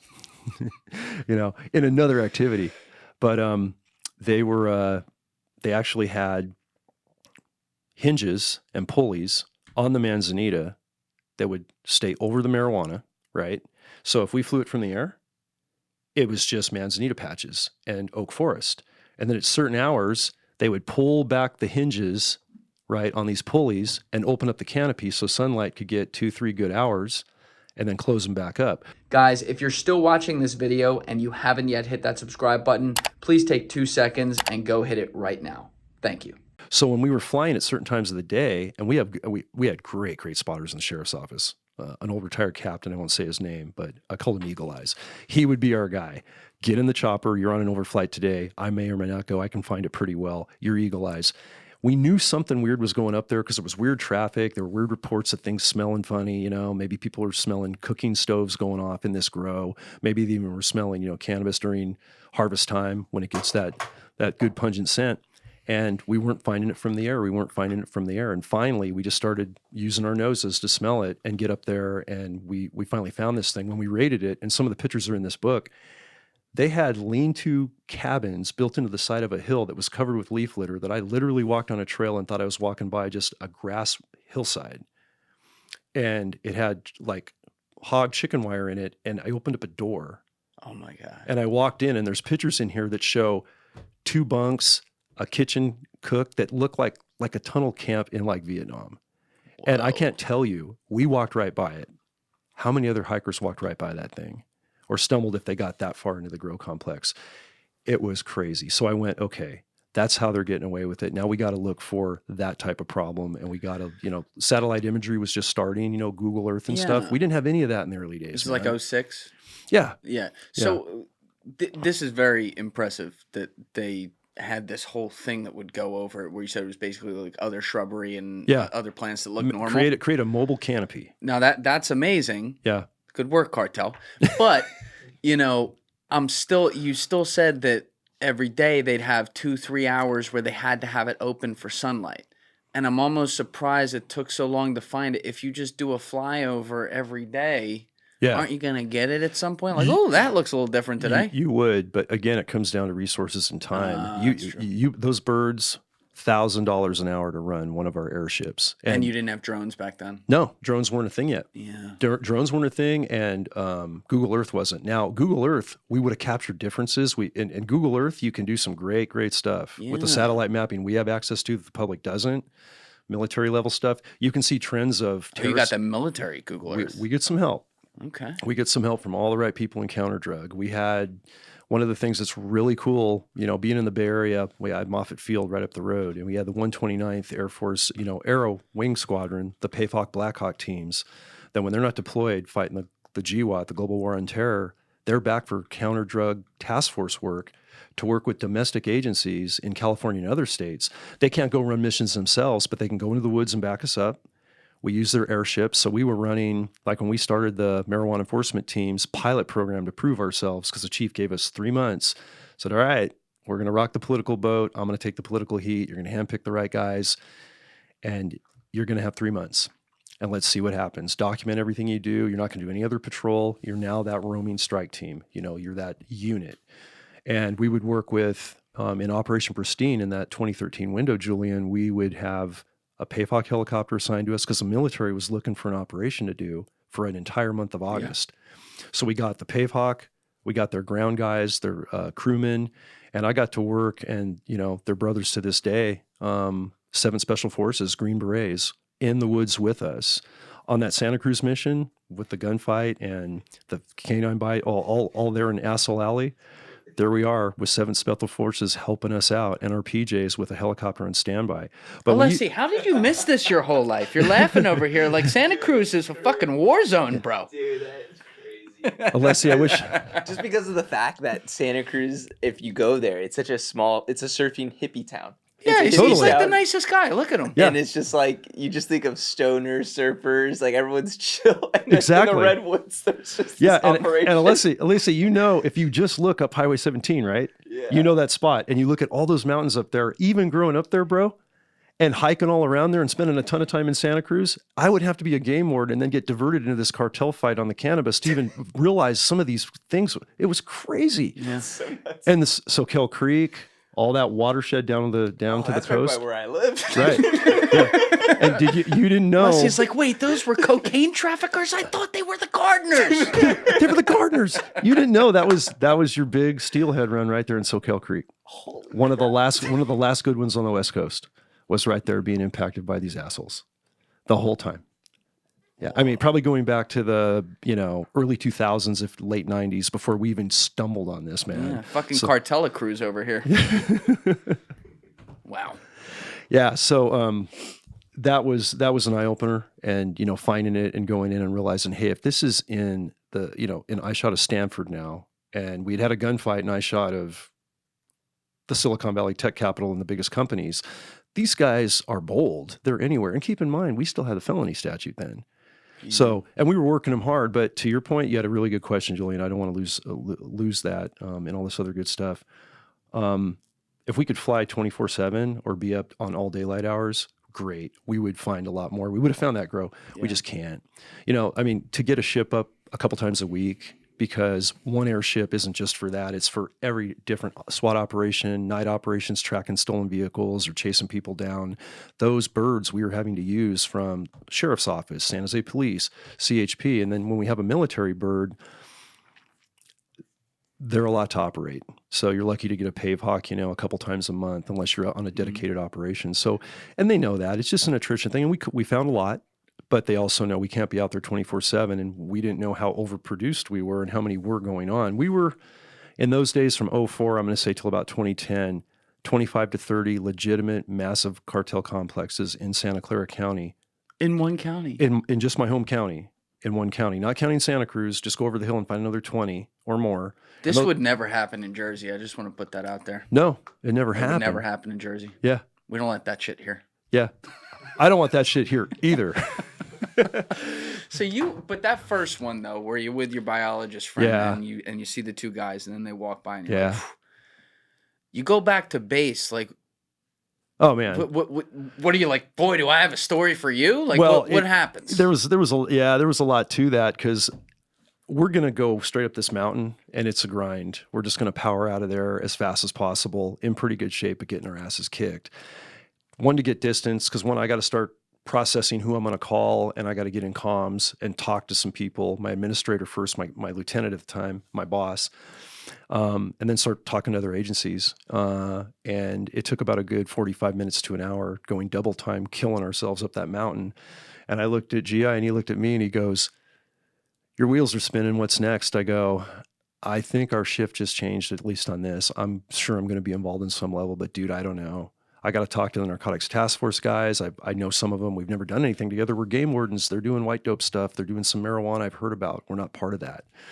But the best relationships of what I would consider the best part of my career, the second half, that I think the most relevant, at least for me personally, and the men and women that worked in that realm of special operations, that one mission built the bonds, right? Because when this task force came to run this operation, and there I am and another game warden, we're going to be the bird dogs and take them down the same trail, right? Mm-hmm. And they're going to say, "Okay, just get to the back of the line. We got this."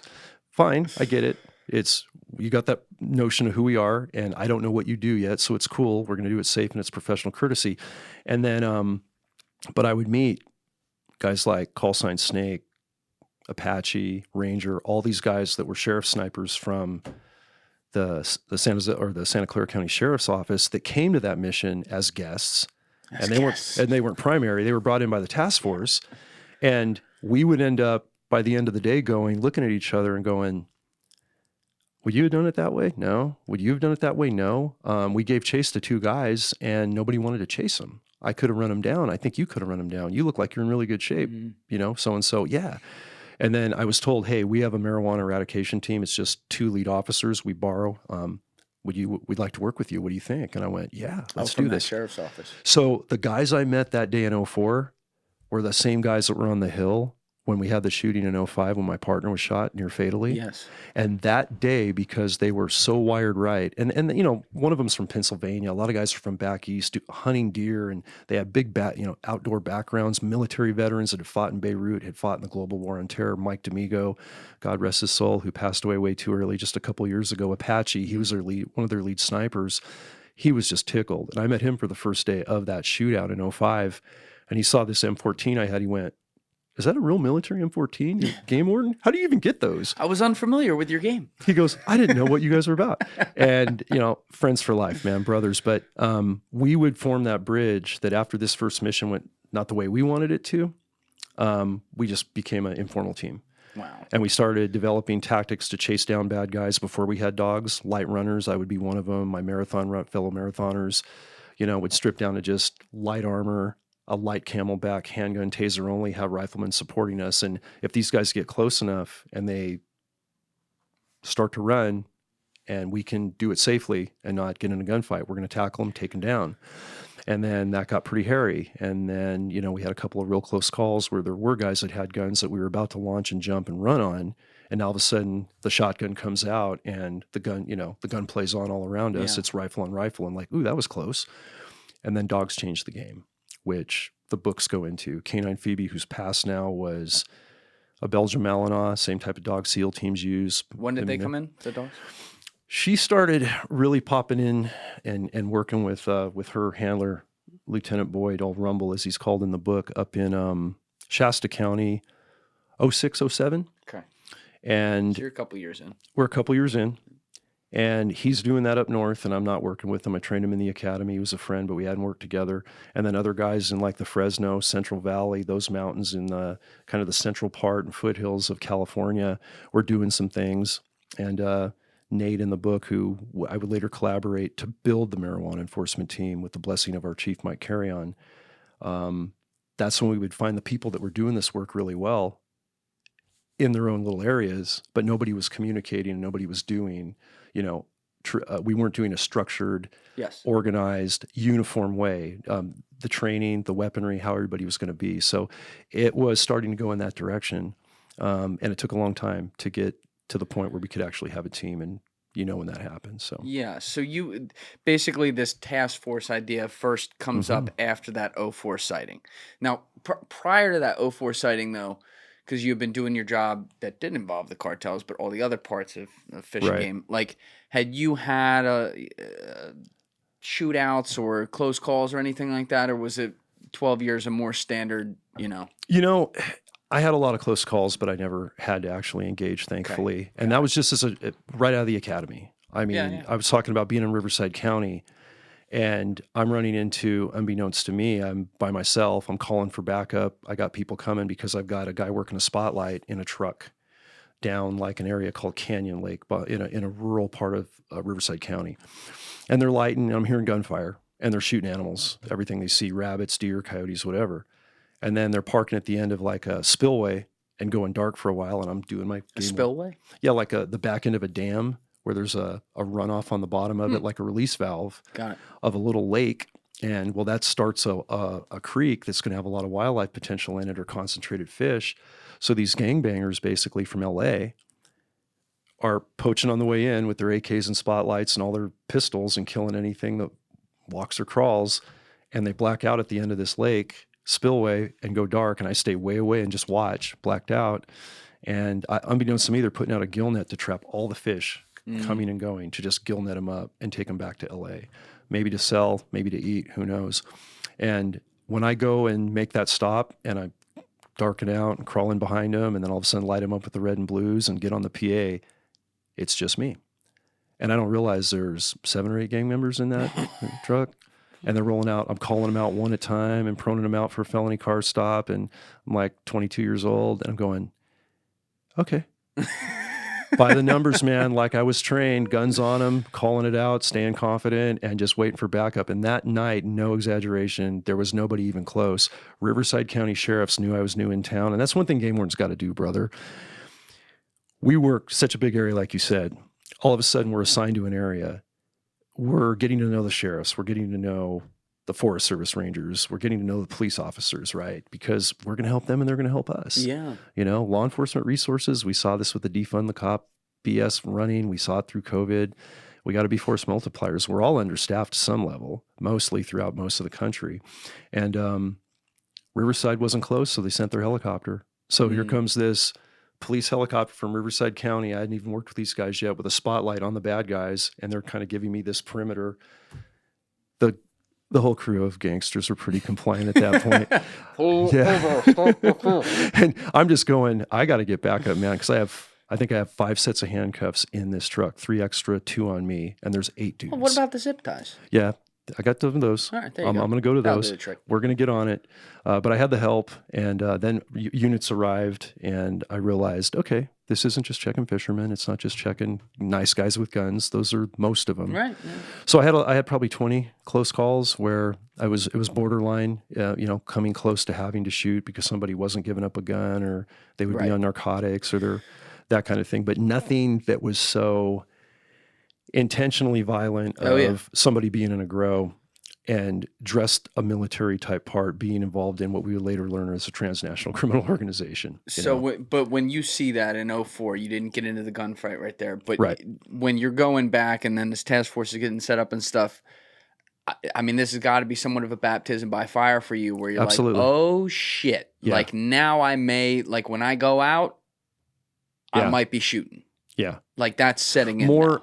I look at it as more likely than not, because that's not something a patrol warden isn't going to do that job and shouldn't. A patrol deputy on a sheriff's office isn't going to just drift in and take on a grow, or shouldn't. That's a more specialized thing, that a military or SWAT unit would do. And we didn't have that formal military or SWAT unit. So we were kind of an ad hoc team with other agencies, and it was awesome until we got to where we had to get. And we were really lucky to do that. And that started in 2013. And, as Hidden War goes into, just a mind-blowing experience of not only the missions, but having the resources to do the job, having that canine Phoebe and dogs I can't mention by name that are still operational that replaced her. I love that we got undercover dogs now. Yeah. We can't disclose them. They're clandestine purposes. Clandestine purposes. Someone's going to be like, oh, her name's Maddie. We'll call her out. Maddie, get the fuck over here. Get over here. That's John's fault for saying it on a fucking podcast. Damn it, Julian. You made me talk. I love it. But no, that would lead to what we needed to be. Yeah. And now that team's they're overwhelmed with the way the regulation structure is, and it will hopefully change down the road. But not according to Newsom's California values. He doesn't want it. He doesn't want to change it. Nope. He's already said Trump's the body's not even cold yet. He's not even in office yet, and they're already doing that. Yeah, crazy. Yeah. So that's where we're at, and now just trying to really get the big picture out. So then I was focused on the cannabis problem, right? Quick, I'm sorry to cut you off, John. No, I just don't want to lose this in the middle of it. You talked about that story in 05 before people knew the full context. Right. Can you just take me back there for a second and the build up to that? So this was the first shootout. Yeah. You've already laid out what happened. Your buddy took like straight through both legs and everything, like crazy shit. Yeah. But what was going on in the days leading up to that, and then actually getting there? Like, did you expect that to go down? Yeah, that's a good question. We always thought it could go down. We were always prepared for it to go down, but we had never had any grower combat us. The sheriffs hadn't. In fact, I don't think anybody in the country at that point, I know no one in the country at that point, any agency, had a grower hit an officer with a firearm in an attack. No one had been shot. And the fact that happened that day, and it was a game warden, naturally got a lot of attention. Oh, yeah. It got a lot of attention from our governor. It got a lot of attention from a lot of news crews. We had national news crews there, like all 3 days into the weekend. It was on a Friday. They secured the site. It had to go, it was a long drawn out thing that brought a lot of attention to, game warden near fatally shot. You see him being airlifted out, the whole 9 yards. And then the question comes up, what are game wardens doing on a drug raid? That's not their job. And now our director and our chief, Nancy Foley, at the time, are getting a lot of political heat from the governor's office, but they're like, hold on, it is our job. The biggest environmental crimes we're seeing against water and poisoning with poisons we don't even understand yet are happening in these cartel grow sites. That's our mandate. That's like the forte of what game wardens should be doing. So she held the ground and fought that, and that kept us involved. That day going in, we had our weaponry, we had all our kits, stealth, stalking, camouflaged. One thing we didn't have enough of, and this was a big debrief and a big learning lesson for us and the sheriff's office moving forward, was the latest and greatest trauma medical supplies that were, being developed and used over in the sandbox, like the anticoagulant Quick Clot for the sandbox. Desert Storm, Desert Shield, Afghanistan, Iraq. You say that like I'm going to know that. Yeah. Come on now. I'm a goddamn civilian. You are. My bad. But yeah, we fondly refer to it as the sandbox. The sandbox. Oh my God. Those guys that have fought over there, not me, but the veterans I worked with on the team, they joke about it that way. But yeah, we didn't have enough trauma supplies that day. We didn't have anticoagulant. We didn't have enough tourniquets. None of that trauma medicine technology or knowledge was being put out to anybody but specialized SWAT type units and special forces groups. That changed immediately after that gunfight. We didn't have enough people. We should have had more officers for a grow. We didn't know it was as big as it was. We had a scout. We had rangers helping us. We thought it was, 7,000 to 10,000 plants at the most. More like the 5,000 to 7,000 mark. And then when we went up in there, that grow that we encountered the bad guy and got in the gunfight with, where my partner got injured near fatally, later when all those tactical teams would come to back us up when we're getting off the hill and getting him to the hospital, and now we're being debriefed and interviewed for our first gunfight, which I hadn't been involved in, and that was a long day away from my partner in the hospital going into emergency surgery.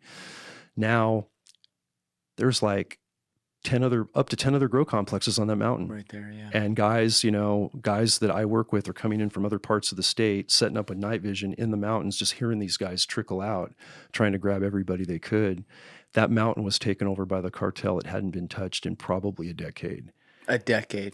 This cartel is just running an entire mountain in California, no problem. Yeah, it's open space. It's county land that doesn't see much, people, because it's very remote. Even rangers they seldomly go in there, and that's why they got away with it so long. Wow. And it was really hard to detect. You know what I keep picturing in my head is like a parallel image. You ever watch True Detective? Love, especially the first season. Yeah, first season is probably the greatest season. One of the best shows on television. Yeah. So that in like episode 4 or 5 of that season, when Rust and Cole happen upon that meth cabin that or big whatever eerie encampment back there. And they come through like these woods and it's all like quiet, and then suddenly open up the bush and it's just like a dude naked in a mask like walking around and cooking meth, and they're like, what the fuck? That was the cliffhanger into the next episode. Blew my mind. That's like the vibe. That's what I keep picturing with you, where you're just like in the middle of the wilderness. Oh, look, a mountain lion. Holy shit, cartels. Yeah. Like, whoa. That's probably the best analogy I've heard anybody say, because that was the shock factor. It was like something you don't expect, even though it's your natural operating environment where I'm the most comfortable. I mean, put me on a trail in quiet woods somewhere to deal with bad people or to, deal with problem animals, whatever the case may be. That's our comfort zone. And that was very uncomfortable to see what we saw that first day in 04. Whoa. Yeah, for sure. So after the shootout, you mentioned the one in 06 is the camouflage example where they would cover it all up and everything. Did you ever end up in a shootout at that one? No, you didn't. No, that one, the guys, we ended up catching a bunch of guys away from their guns, and we found a bunch of guns in that little encampment that was, kind of that hut in the side of a mountain. Yeah. Fortunately, that one did not get violent because we had so many civilian groups, around and in the community that was there. Everybody was safe on that one, but we had 2 more in the Saratoga and like Cupertino foothills, again, another affluent west side of the Silicon Valley, where guys just were, running around with guns. We're going to make our approach with our light runners, and they're pulling guns on us, and we had no choice. They're pulling guns on you, so you got to shoot them. Yeah, because they're going to kill us otherwise. Some of these involve kills where you're taking guys out. Yeah, those were of the gunmen we encountered in those 2. Those gunmen were killed. And then in the one in 2017, that gunman was injured, not fatally. And then way later in 2017. We had 6 total combined, either individually or collectively as a team, starting with the one in 05 where we had a game warden shot. And that's where the eye-opener realization of what we were dealing with obviously was a whole new world. And with that, Julian, that's when we got more training. We got the support from administration. If you're going to stay in it, now we could go do what we needed to do. Is this under Governor Terminator at the time? No, unfortunately it wasn't. It was, he came in right as that was starting. Okay. Yeah. And it was great. It was great in that window when he was there. And ironically, one of the things as a result of that gunfight, in 2005, fast forward to 2007, when Arnold Schwarzenegger was our governor. Yeah, the governor. Good. When he was our governor in California for that window, myself and the other warden that were involved with our partner that was shot, we were basically honored with the Medal of Valor from the governor's office. It's California Governor's Medal of Valor, and law enforcement annually will receive this for certain things that have happened. But what I remember, I mean, the award is fine, but it was what the narrative was around the award that got read publicly, that the governor got wind of. What happened in this? Well, you got AK-47. This kid got shot by a gunman that's from a transnational criminal organization. I translated Cartel out of Mexico. What the hell? And that was just one of the things, you just keep drawing attention to it, yet policies won't really change. And this lack of, mass word involvement in education and spreading the word wide, like we're doing on these podcasts now, it just wasn't happening. We had that happen. We did 2 documentaries with Patriot Profiles, NRA's Life of Duty, my good friend Rick Stewart with American Zealot Productions, who was working strictly for Outdoor Channel and for the National Rifle Association, said, hey, I just got wind of this shooting you guys had and Cartels. Wait, they were letting you do documentaries as a government organization? At that point. That's kind of cool. It was great. Yeah. Because we had a good governor and we had Nancy Foley, our chief of patrol, our first female chief, and awesome, one of my mentors, fantastic. And she said, yeah, I think if we can do it safely, we should do a documentary in there. But you have to be comfortable with the team, and I want you to make sure you make yay or nay it. And that's how we ended up doing it. And I made really, really good friends starting in, Special Forces and veterans. And Rick Stewart, I want to mention by name because he's just, brother for life, great guy. Retired Air Force Syria instructor, search, evasion, rescue, and escape, resistance and escape. Yeah. He was one of those guys that waterboarded all the soldiers, that to train to survive. Great guy. And he was running this for 11 seasons, award-winning, just documentaries on your canine for veteran PTSD, smoke jumpers, the Adam Brown story of the Christian SEAL Team 6 operator that was killed in action right before his team went out and did the Osama bin Laden raid. Wow. Rick did some good stuff. And Lucy, like I said, those are all on my YouTube channel in full and teasers, and you guys can use any of that. Oh, great. Yeah, any of that. Rick's that kind of guy. He just wants to help out. By the way, we'll have the links to your books as well as your YouTube channel down in the description below so people can click that, because you're obviously the whole day we're referencing all this. So go check out the man's work. Yeah. Thanks, guys. Of course. Yeah, we're not going to get into all of it, but we give you some teasers. So with those documentaries, we were getting some good word out. We did 3 years of a game warden reality show called Wild Justice on National Geographic. Oh, yeah. From 2008 to 2010. So it's really heating up now, and you're getting attention. We're getting attention. It's heating up. We're not our own Met team, but you see Brian Boyd and Phoebe, and you see me and our guys down in Santa Clara County now working with film crews from National Geographic for worldwide exposure, and we're going into cartel grows. And the sheriffs were great. They actually agreed to do it because we got to go with them. It's their mission. We're assisting them. So we get it out on national television, actually international television, bro, and everyone gets all outraged. They see the episode, they go, that's mind-blowing. It's exciting. Oh, my God, I had no idea.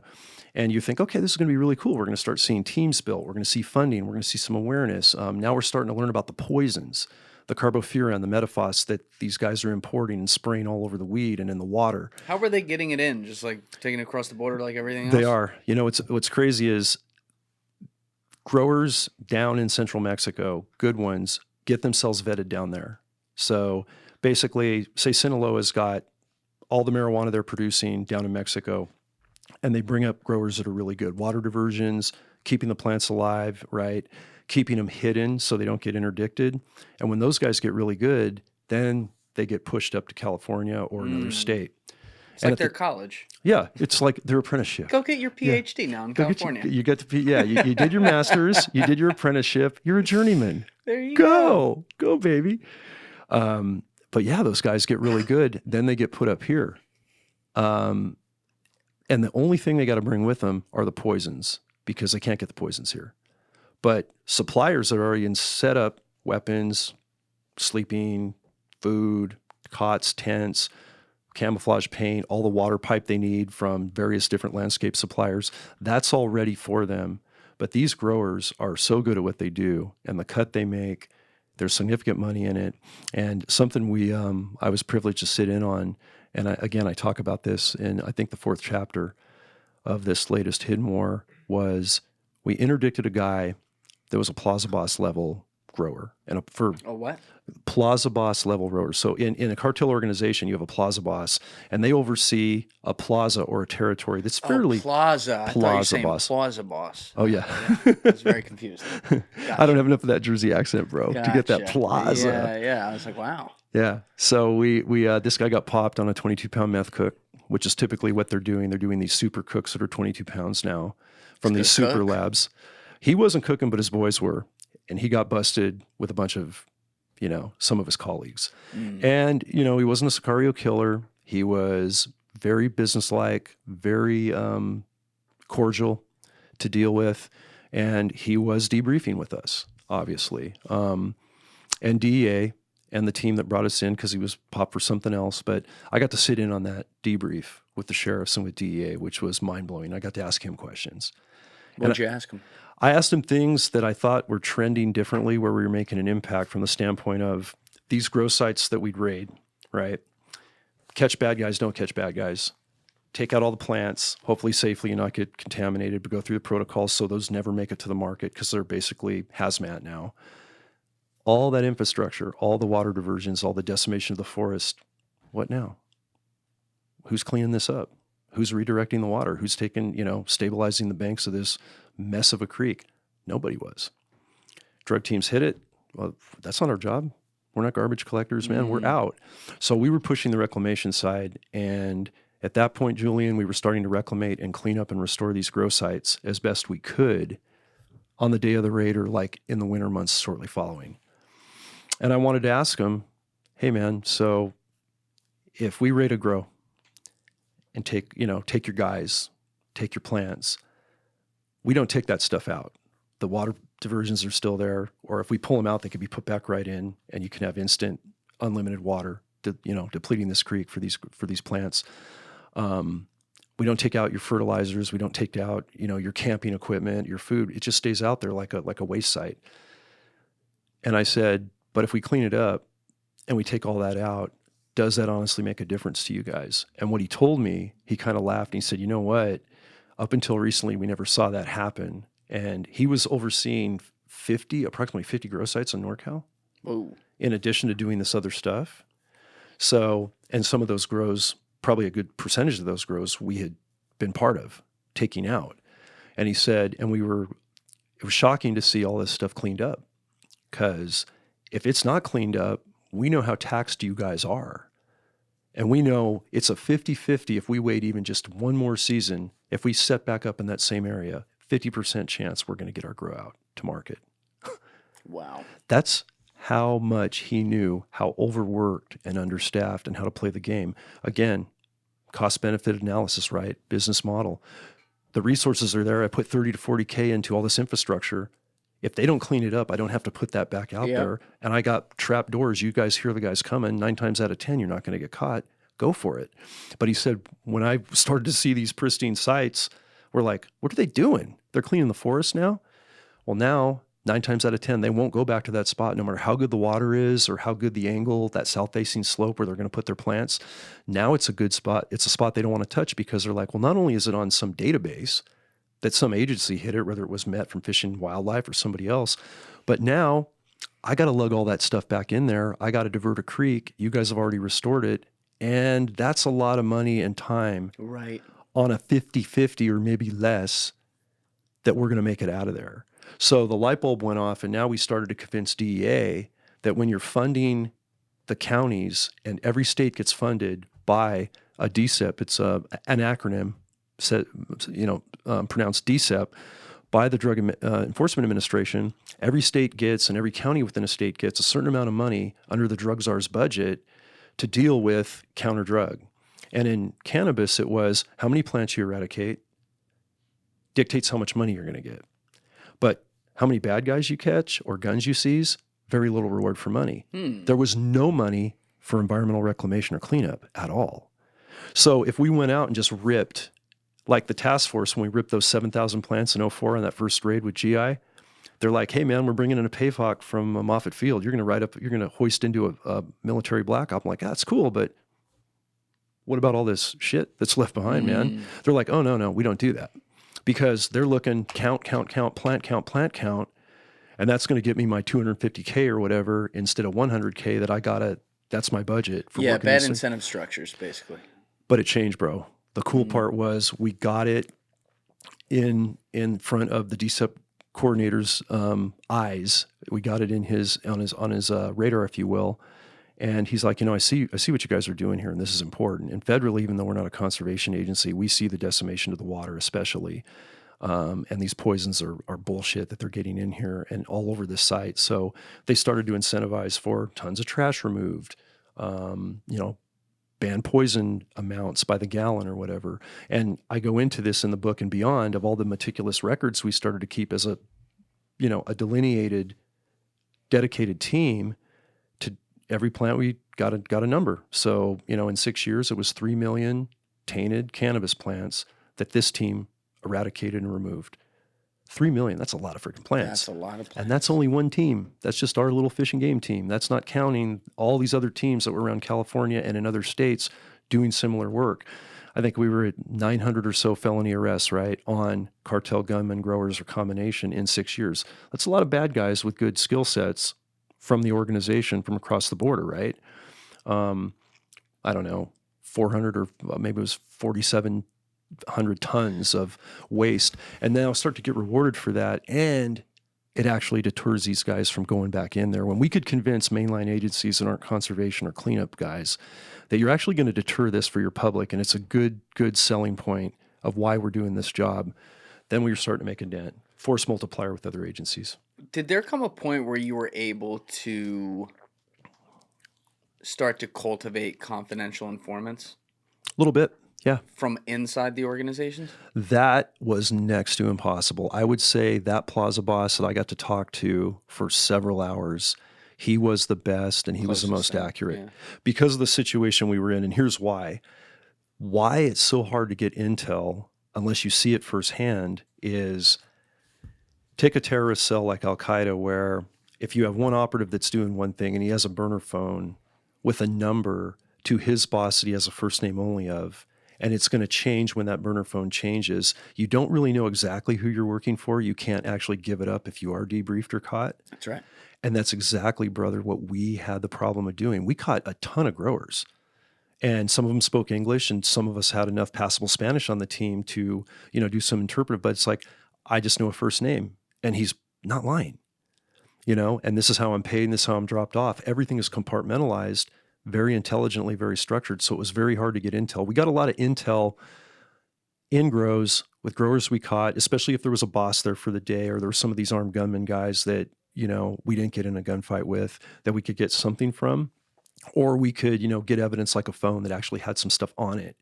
We would take all of that. And then the technology got much, much better to analyze phone data, deleted stuff, pictures, coordinates and things like that. And we started to see that's when we started to see that when we started to get this stuff off growers inside grows, it's like, wait a minute, what's this? Where's this house? This looks like Northern California. We're in, Santa Cruz County today. And then we would see signs of, say, a meth operation, or you would see people that might have hinted at some sort of human trafficking thing based on data where people were going. So at the end of the day, very difficult to get something from all of these growers, but we got enough, I think, over the years to at least verify and validate what we thought we were seeing. You knew they were telling the truth. Yeah, this guy was. Even when you waterboarded him? Yeah, he was, man. John's like getting the bucket. He's like, take me back. He was tough, man. I got arm pumped from it was too many buckets, Julian, five gallon. It's 8 pounds per gallon of liquid. You put 5. That's 40-pound They'll fill you curls. up, yeah. Yeah. Do 50 of those. Fuck I don't yeah. care how. After I've done an arm day. It's a good workout. Yeah. Yeah. Yeah. Ever since I saw Denzel do that for real in Safe House, I'm like, I can do it. Yeah. I could take it. I can do it. I can do it. I could at least do it 2 or 3 times, if I've got the conditioning on the arms. Yeah, not in our scope, but yeah, man, it was But basically, just mind-blowing. They have it set up in such an organized, compartmentalized way that they make your job really tough because there's deniability everywhere. So it's almost like you find these huge plantations, whatever the hell you want to call them, these plazas, and they are a part of this huge RICO transnational conspiracy, but they're just one little expendable peg on it. Because they can, all right, it's a business expense. They lose a couple here because, there's a couple good law enforcement officers. They figured it out. No problem. We got 30 over there. Yeah. They don't know about those ones. Exactly. Yeah. And then we were starting to make the link especially when the team started in 2013 that, we were working larger cases or working with agencies that were working larger cases of finding a plaza boss like this guy was, seeing what he was doing in the dope grows, but then finding all the other things he was involved in, like having business fronts for money laundering, being part of human trafficking, or running a meth operation. And this is right before fentanyl suddenly became the big cash attractant crop cow for these guys, right? What years are we in right now?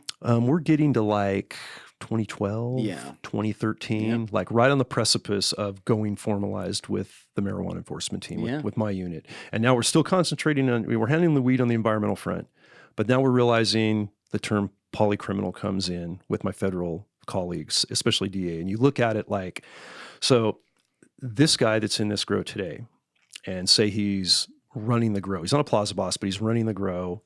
Everyone's working for him. He's processing, he's growing, he's watering, he's trimming. He's starting to, get that out. He's working with somebody right next door that's leading the meth charge, right, in the winter and in the summer, doing these 22-pound meth cooks, the super meth now that's just nasty. And then that guy's working side by side with the guy that's bringing dirty fentanyl pills from labs. And he's got all of his, infrastructure in place on how he gets across the border, kind of like you and Jorge talked about, the Chinese operatives coming across with clean passports, very cleanly cut, military-age males, and they're all set up. They're running a whole different scheme on how they're getting by. It's costing them a lot more money to get across. Same type of deal. And now this guy's, responsible for fentanyl distribution in the Northwest of 7 or 8 states. It's all sectionalized. So when we're fighting a weed cartel, we're fighting those same people. We're going to have, human traffickers. And that's the thing to remember. So when people say, well, weed's legal, I don't use it, or I do, I'm not worried about it for my kids. It sounds kind of like a crazy war story, but there's other stuff going on right now. For sure. With the election, the divisiveness, and COVID, I can't really focus on this right now. But I come back to, and this is what I dumped on Congress. I testified in Congress, presented twice in the last year. And the first presentation, I basically said, guys, I don't know of a bigger problem in America that affects every American directly or indirectly that should be much more of a priority within our own borders. A domestic fight to stop this public safety threat these cartels are generating, these transnational criminal organizations, and the environmental destruction. Yeah. Yeah. And you know what though? It's not, and it's a great point you make that people get lost in the idea of like, oh, it's weed, and culturally we know what that is. All the other things you're talking about, the chemicals they put on it that are deadly. The fact that, and this scares the shit out of me, I don't have kids yet, but like when I was coming up, I bought a joint. It was a joint. It was good sativa. Let's have it. Yeah. Now I'm like, oh, could there be fucking fentanyl in that? Yeah. You know what I mean? Like getting laced into this stuff. Like, yes. It has so many. Yeah, exactly. Answer is yes. It has so many more layers to it now that the fact that like, especially like you said, it's happening inside of our own borders. This isn't even the issue where it's like on the border or something. Right. This is deep in Northern California and some of these other states you laid out earlier, and Jorge talked about obviously a lot. It's like, how were you not making this a priority? Yeah. And, we talked a little bit before the show about how non-political I like to be. But I think I think knowledge is power. I trust the American public enough to say, just don't sugarcoat it. get it out there, try to get the message out as honestly as you can. And we're all going to make good judgments on, is this policy or this particular administration working for our best interest? Are they working for American safety? Are they working for security, public safety? And what about environmental purity and water? Because one thing I've noticed through all the political divisiveness we've had all these years, when my team was formed and our team developed and all the people that were part of it, it was a unifier. It was an absolute unifier with hard left, hard right, everybody in the middle. The people working on it. Yeah, it was a unifier. Well, I'm talking about the people that would get wind of the issue from growers, pro-cannabis, anti-cannabis, whatever. At the end of the day, I said preservationist, conservationist. I can't tell you how many non-hunting, animal rights groups that still will look at me sideways because the conservation model is, I'm never going to convince them and I shouldn't have to. We sit where we sit, emotionally, rationally, whatever our gut tells us, and that's okay. Agree to disagree, but you don't want to never see a black bear or steelhead trout or a deer for your kids and grandkids, and a clean, steelhead migrating in clean water you can drink in your forest. And I never want to see, as a hunter, an animal die from a central nervous system shutdown, frothing at the mouth, suffocating with their blood, anticoagulating and thinning in their body, and dying a slow, painful death within minutes of ingesting this crap. So let's agree this is nasty. And let's agree it's a problem and it affects all of us. And, we get support from both sides. It's one thing that will it'll put all of us in the room, and and people will get off their, defense systems, lower the deflector shields down a little bit, and just listen and get pretty sad, get pretty outraged. When you've testified before Congress in recent years, though, how did that come to be? Were you, there's different ways this happened. People get subpoenaed or whatever, but there's also testimony that happens where certain congressmen are like, "Ooh, I want this expert to come in because our committee talks about this type of issue." Like what was your intro there to DC? It was obviously when I retired and I could speak freely, and having this book drop April after I retired the previous December. Back in 2019. In 2019. When it dropped and the gloves were off and I could speak freely on the issue and disparage nobody, but just put it out there. And I could talk about the country, because I'm not just California now. I'm dealing with the byproducts everywhere throughout our great nation. And knowing that, 80, 90+% of black market weed from all over the freaking nation, that's right here where we're at on the Eastern Seaboard, right here in Jersey, New York, Chicago, the Midwest, it's coming from those West Coast cannabis farms. Right, yeah. I got some in the drawer out there. Awesome, but no carbofurin, man. I hope it came from a dispensary, bro. We got to test it, because you talked about... Tommy G tested it a couple weeks ago. It was good. Hey, Jay, you talk about freaking fentanyl on your joint. Man, carbofurin just bad. Yeah. Won't kill you quite as fast, but it'll be... Doesn't look good. Don't look good. Yeah. Taint gross, tastes like crap. Yeah. But yeah, that got the attention of a lot of people. And then regulations started happening in other states that mimic California, even though I said, don't do that. But they did it. They made it misdemeanors. They saw the taxes, and now they're having not only the Mexican cartel, but the Chinese collusion, which we can dive into a little more. That's coming. Yeah, I can't wait. I know. I saw you guys light up. We're going to get there. I just love it. I love that we don't hold back, bro. You're a fire hose. I'm just letting you go, yeah, man. There's so much happening. There's some times where I try to and I'm like, no, he's going. Yeah, and I want to caveat an apology on that right now, because no apology. It's fucking great. When I talk about it with someone that gives a shit and is so knowledgeable like you, I'm back there, And we're talking. Some of these were 15, 20 years ago. Some of them were just experiences that happened 2-3 months ago, say with this team I trained or whatever. And thank you. Well, I'm glad. I'm definitely not knowledgeable, but I am curious. I just learned about you a few months ago. Yeah. Seriously, that's crazy. Yeah. I didn't know that. But again, it's like, that's the name of your book, Hidden War, because people aren't seeing it. It's out there in the woods, and you're trying to tell them. But when you get in front of Congress and you're testifying, I tend to get very cynical about Washington, D.C. and kind of how things work. Does some of it feel like the only outcome is going to end up being it's performative because, there's going to be gridlock and people are going to shuffle this under a whole bunch of other things? Oh, I honestly wasn't sure, because I've heard nothing but the red tape and seen so much negative things happen with the divisive Congress and Senate, especially the last couple administrations. But I can say this. A congressman by the name of Paul Gosar, he's a dentist by trade and a cattleman down the Arizona border. Neat guy. He saw me speak at Safari Club International, the annual conference, which is Safari Club International Hunting. It's a big, big conference down in Nashville a couple years ago. And unlike a lot of congressional aides will sit through I do a Hidden War update almost every year at this event and many other events because it's constantly changing and morphing and it affects wildlife.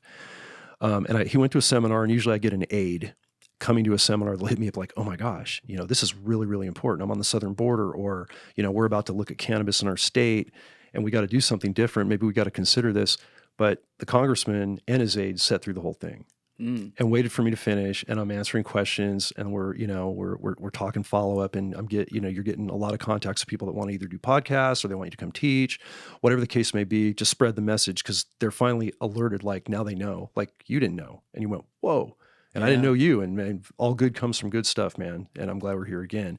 But he said, hey, I want to put a committee together on this bipartisan, and I want you to be one of my experts to come in and tell this story of what I just heard. Because all of us on the border dealing with the cartel fentanyl and the destruction of the trafficking and land destruction and, waterways at the border, that's our big forte that everyone is on fire on in my home state, Texas, New Mexico, Arizona. He said, Silicon Valley foothills, the rest of the country, the stats you just put up, the experiences, the videos, he goes, I'll put it together. And would you come testify? I said, great guy. I said, Congressman, be my honor. Make it happen. Because at the very least, it'll get on some ears that might not be totally deaf. And in the very most, maybe policy starts to change. At least we start to get the wheels spinning before this next administration does what it's going to do. And, coming in, this was not too close, pretty recent with the election coming up. This was within 2 years of what just happened this last week with the change of guard. And there was a lot of, concerns and complaints and divisiveness and morale issues, I think, as a whole to the groups we're dealing with throughout the country. And I didn't hear anything for like 8-9 months. I thought, oh man, it's not going to happen. And then it's the last minute, I get, an email and a call from that aide for the congressman. And he said, dude, it's only like 2 weeks away, but we're doing this thing and it's going to be, and the name of the hearing was Save Our Parks, Protect Our Borders. I'm like, ooh, interesting. I like the title. That says a lot. And so here's how it's going to go. That's an interesting, wow. Yeah, okay. kind of an interesting correlation with what he saw, what he heard, all based on that one presentation. Save our parks, protect our borders. Yep. Or interchange them however you want. Yeah. But so it worked out where I was one of 5 panelists and last to go, and you get 5 minutes to talk and you're on a timer, and just got everything out I could. I can say this, of all the writing and discussing and stuff I've done, getting that down and getting. I can't see you getting it into 5 minutes. Dude, I did it. And you know what I had to do? I had to read it verbatim and time it. And I actually did it in 4 minutes and 20 seconds, Wow. 4:20. And let's go. That wasn't fucking planned. Let's go. That's how it went. So when, I'm reading this over to family members and friends, and they're like, okay, that was it. Not too fast, not too slow, pace nice, hit hard, good. I'm like, what's the time? It's 4:20. Boom. I'm like, I didn't plan that, Mic bro. drop. There you go. Now you just hope it goes well. But do they ask you a bunch of questions afterwards? They can, right? Yeah. And then each delegate gets one question, I believe, how it goes, and then we have a 15-minute dialogue on that. So on my YouTube channel is the edit of that we made to condense testimony and Q&A. Okay. And any of that, like Lacey, jump on it. It's great. What I really liked about the staff there, not just GOSAR's staff, which is Republican, but then even the Democrats that were on the panel. It was pretty uniform, man. It was pretty unifying the way they dealt with that.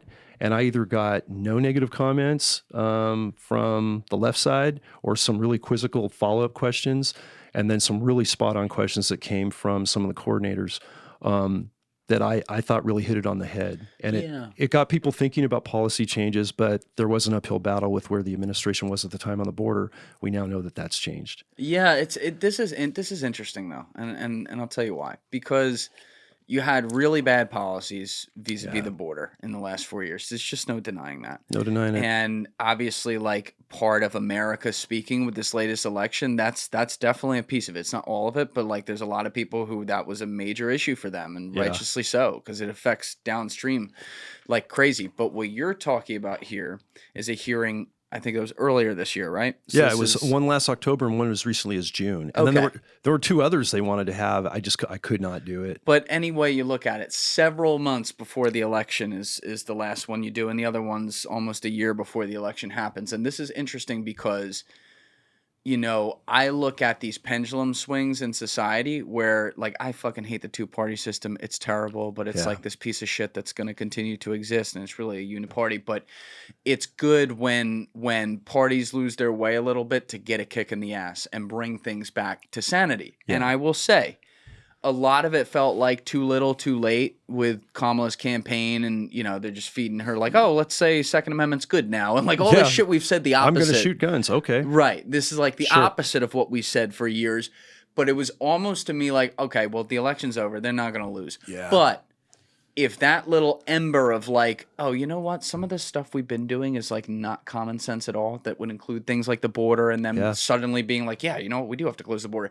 If that can now be a theme that continues on the left side to where we know that's a theme on the right side right now, and it's a common sense, like this shouldn't even be political kind of thing.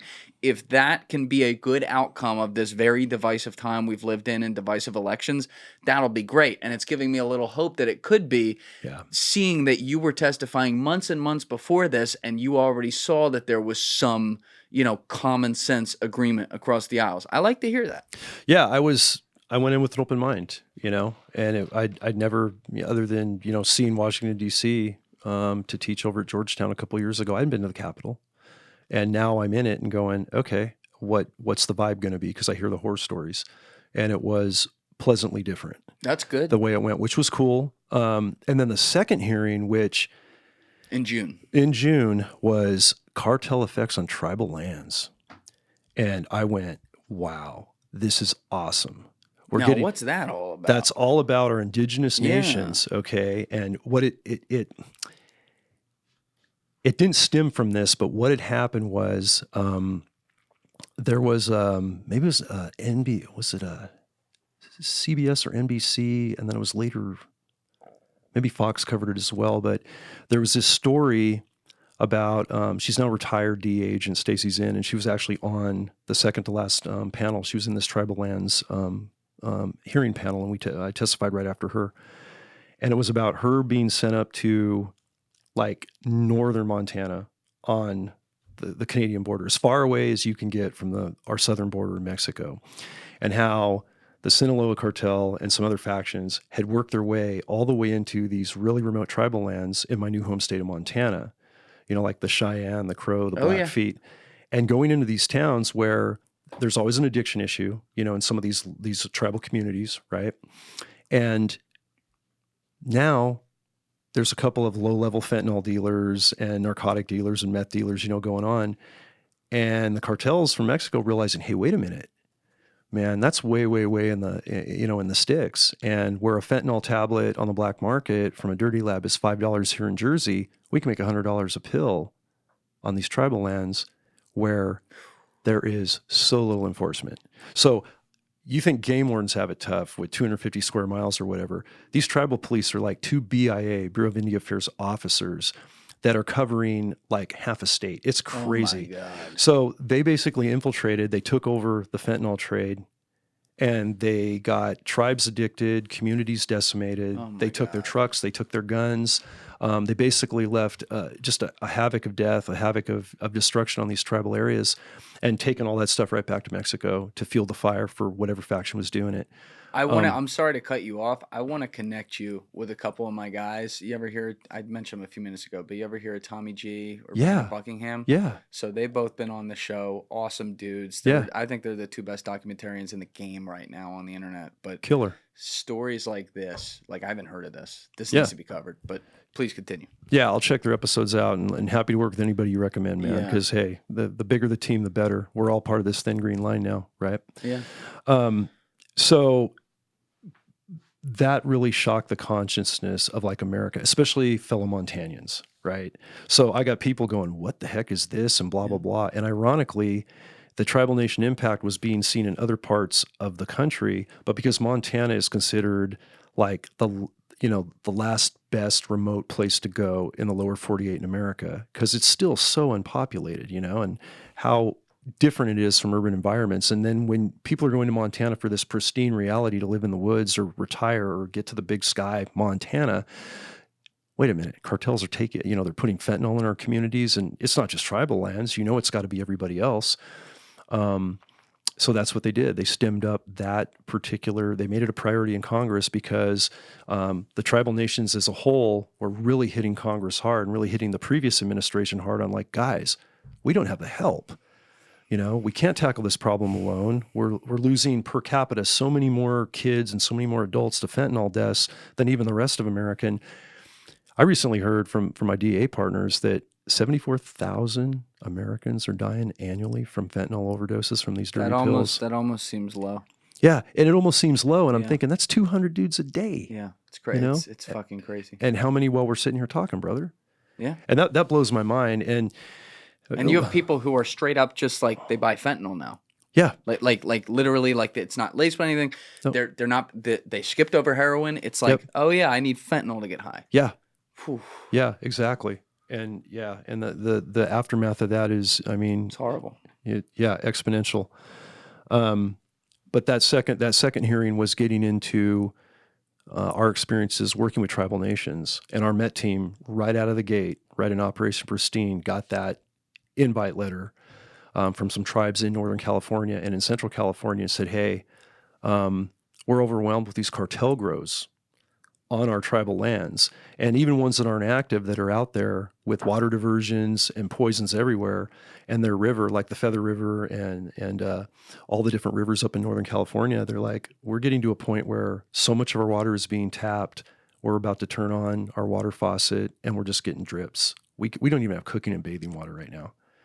California was in its most massive drought. So that really set a precedent. And then why did that continue? Why was it so exacerbated for them? Well, a couple of BIA cops aren't going to go out and, handle all of this and take down a big cartel grow safely. And they're trying. They're not doing reclamation. They didn't have the resources. So we went in and we raided grows, but more importantly, we went and cleaned up grows with them. Ones that have been in there for 10 years, still pulling water because the diversion's there. So we did a lot of work with them, and it was kind of a unifying thing where traditionally these tribal nations don't want to work with, domestic police or federal agencies because the history of America and how things have settled out for them. Yeah. But to be one of the first agencies invited back, and we're bringing in the air cavalry, not the cavalry. We're bringing in the airships from the military, right? The airships? The big Blackhawks, and we're pulling out, 4,000, 5,000, 6,000 pounds per net of trash off these tribal lands and getting them pristine, and then studying the damages really helped mend fences and, unify those groups with us and with law enforcement in general. And it was, that was definitely a highlight, I think, of my career pre and post-operational, is getting to testify next to some tribal leaders and tell our story that, we absolutely love and respect everything you guys are up against. We feel your pain because we've always been so light as far as personnel as game wardens covering big stretches.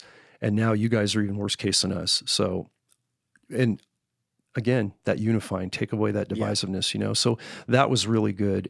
Now, I have even more hope now with the recent election. Just a couple of days ago, this is perfect timing. We talked about having this conversation after this election went one way or the other. And I know right now with where the border policy was going before the change and where it's going to go back to, I know how these cartels are viewed currently. I hope there's follow through. Well, you spent time with Donald Trump and Donald Trump Jr.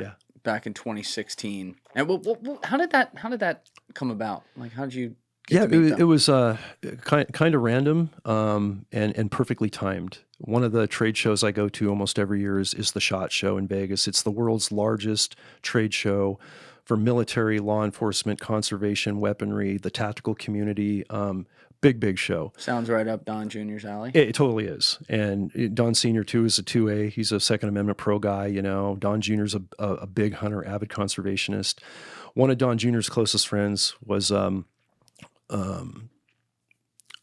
now deceased, sadly, CEO and founder of KUIU, what I'm wearing today. And basically Outlight, ultralight, outdoor hunting apparel and gear like that. And Jason Hairston, who was that founder, had hunted many times with Don Jr. They were good friends.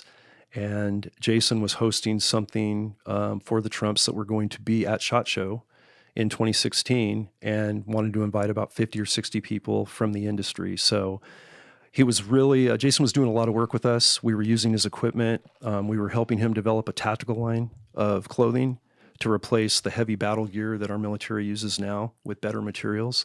He was working with the Dev Group, SEAL Team 6 guys as well on that project a little bit. And he invited me and said I could bring one of my special operator friends. And I brought a SEAL Team 1 buddy of mine that I do a lot of work with, Jared Ogden. Is this before that election in 2016? It's right. It's January when he was elected that November. He was just getting ready to start hitting the country. This is beginning of 2017. 2016, the start of his campaign. Wait. I misheard you. So this is when he's still in the primaries. Correct. Got it. Okay. Correct. Yeah, that trade show's like late January. So Jason wanted me there, obviously, because of this book wasn't out, but Hidden War was. And when Jason met me at Kuyu, when I was introduced to him, he's like, "You're a game warden, you're a hunter, you're right here in my backyard in California, and you guys are developing a tactical unit to fight these cartels that I wasn't even fully aware of." He goes, "This is really important," because conservation was his thing. That's what that company's based on, and public safety. So I got to go to that with other industry insiders. Don Sr. addressed the whole group of the support he was getting for the campaign. The whole family was there. And specifically, Don Jr. and Jason and I had a conversation where I was able to put a book in Don Jr.'s hands, as well as some documentary videos that we had on DVD at the time from Wild Justice and some of the things we were seeing. And I got to tell a short story about what we were doing. And the look of shock on Don Jr.'s face, he looked at Jason and went, "John's a game warden in California, and they're fighting cartels from Mexico, putting the most wretched poisons on cannabis and killing our wildlife. How do I not fucking know about this? And why does my dad not know?" And that night we had conversations with Don Sr., and he got wind of it. And I thought, okay, if he does get elected, is our little hidden war going to get represented? I mean, on national policy, there's so many things going on. But right after he did, he put it on Sessions, Jeff Sessions at the time, who was his first AG, and said, "Look, I'm aware of this thing the cartels are doing on weed, not just this other stuff. And we have solid data and, people we know that are fighting this, like in the Silicon Valley of all places and other parts of the country. I want this to be a priority. I don't want you to look at it as, a U.S. attorney not doing a weed case. Look at the poisons, look at the environmental stuff." And they were funded several $1 million for Operation Forest Watch, where now the U.S. Forest Service, their LEOs that we were working with, Fish and Wildlife, all those federal agencies have this money, and of course we're working with them. And we went to town.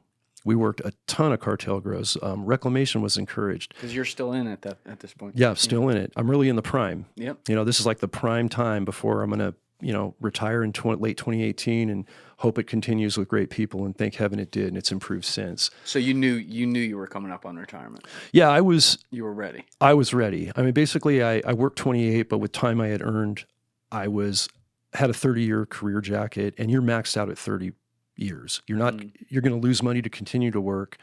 And more importantly, can you do more for the thin green line outside of work? And I had this book deal pending with the second publisher, with Gun Digest and Recoil, the Caribou book side, knowing that it wasn't going to come out till after I retired, and that I might have stayed on a little longer if there was a real need to, but there were great people behind me. I knew the lieutenant that was going to replace me. I knew the development, all the right people that had the right mindset, and were so supportive of what we all did collectively. It wasn't my team. It wasn't anybody's team. I was just very blessed to co-found it, lead it, develop it, be around some of the best people, man, I've ever worked with that are brothers and sisters for life. But for this point, it seems like the takeaway is Trump got it on this. Trump got it. Yeah. He absolutely got it, and he implemented right away. And I heard about it through back channels from the Forest Service. They're like, "Hey, we're doing this Operation Forest Watch, and we have a bunch of money and time and resources. You guys want to come help?" And I went. And then I started to have back communications with. So they got it. They were passionate about it. And what was that conversation like when you were telling them at the time? Because this is before he's president. Yeah, he's not even the nominee yet at that point, but he's still Donald Trump. He's like the celebrity apprentice and everything. Like, what was he like? Did it feel more like, oh, this is good for our campaign, let's run with this, or did it feel like he was interested in the substance of what was happening? Honestly, it was the substance of what was happening. I don't think the campaign had anything to do with it. And this is what gave me a good vibe on that family is Don Jr., of course, connected instantly because of the connection with Kuyu and the hunting and how outraged he got.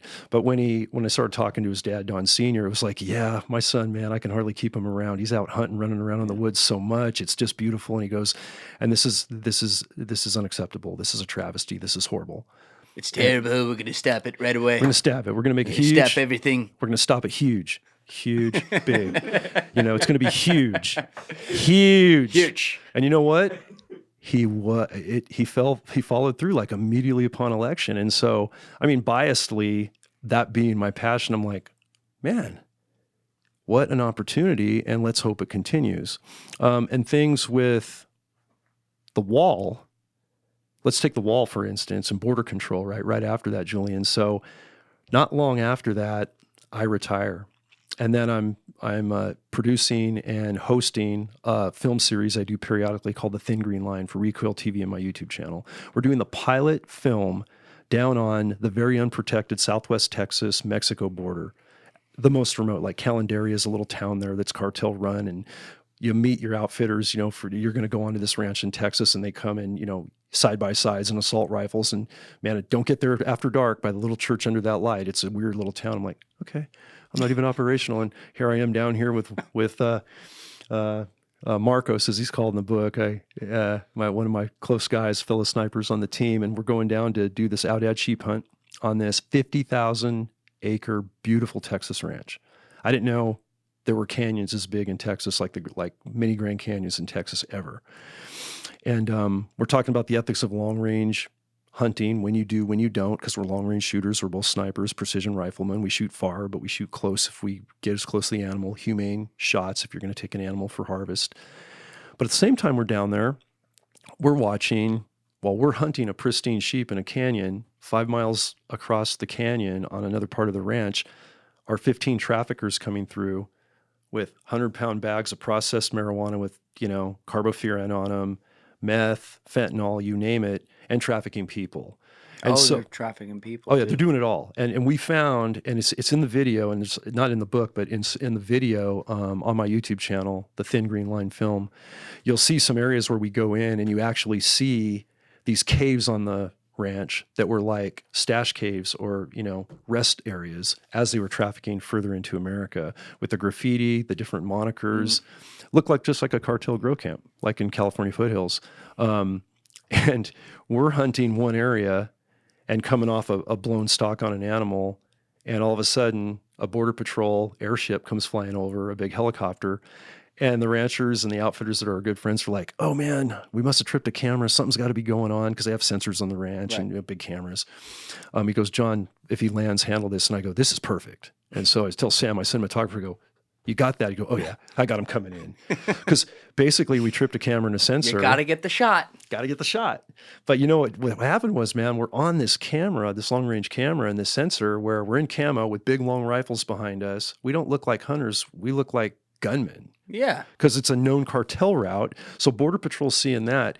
He was the airship, the pilot, Greg, who there's a covert picture, some stuff he's in the book, but he's flying over here, and a bunch of his other officers have just taken down a bunch of smugglers with ATVs on the side of the ranch that it's so big, we're disconnected. He lands, I go and introduce myself. He goes, oh man, we thought we got the image. And I just left them, and I was coming over to see what you're doing. And he didn't know me personally, but he knew this book. He had heard one podcast, I think, beforehand. I didn't know him. Fantastic pilot from little Alpine County there, of down there on the border. We had a hell of a conversation.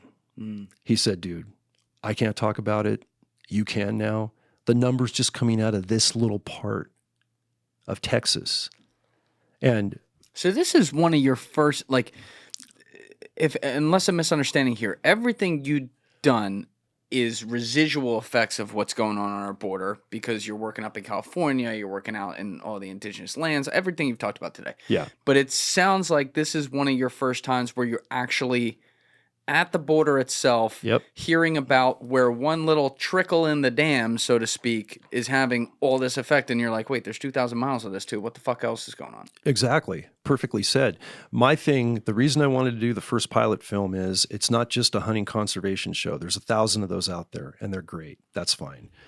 With my concern over what these cartels are doing as it affects conservation and public safety, the two are completely intertwined.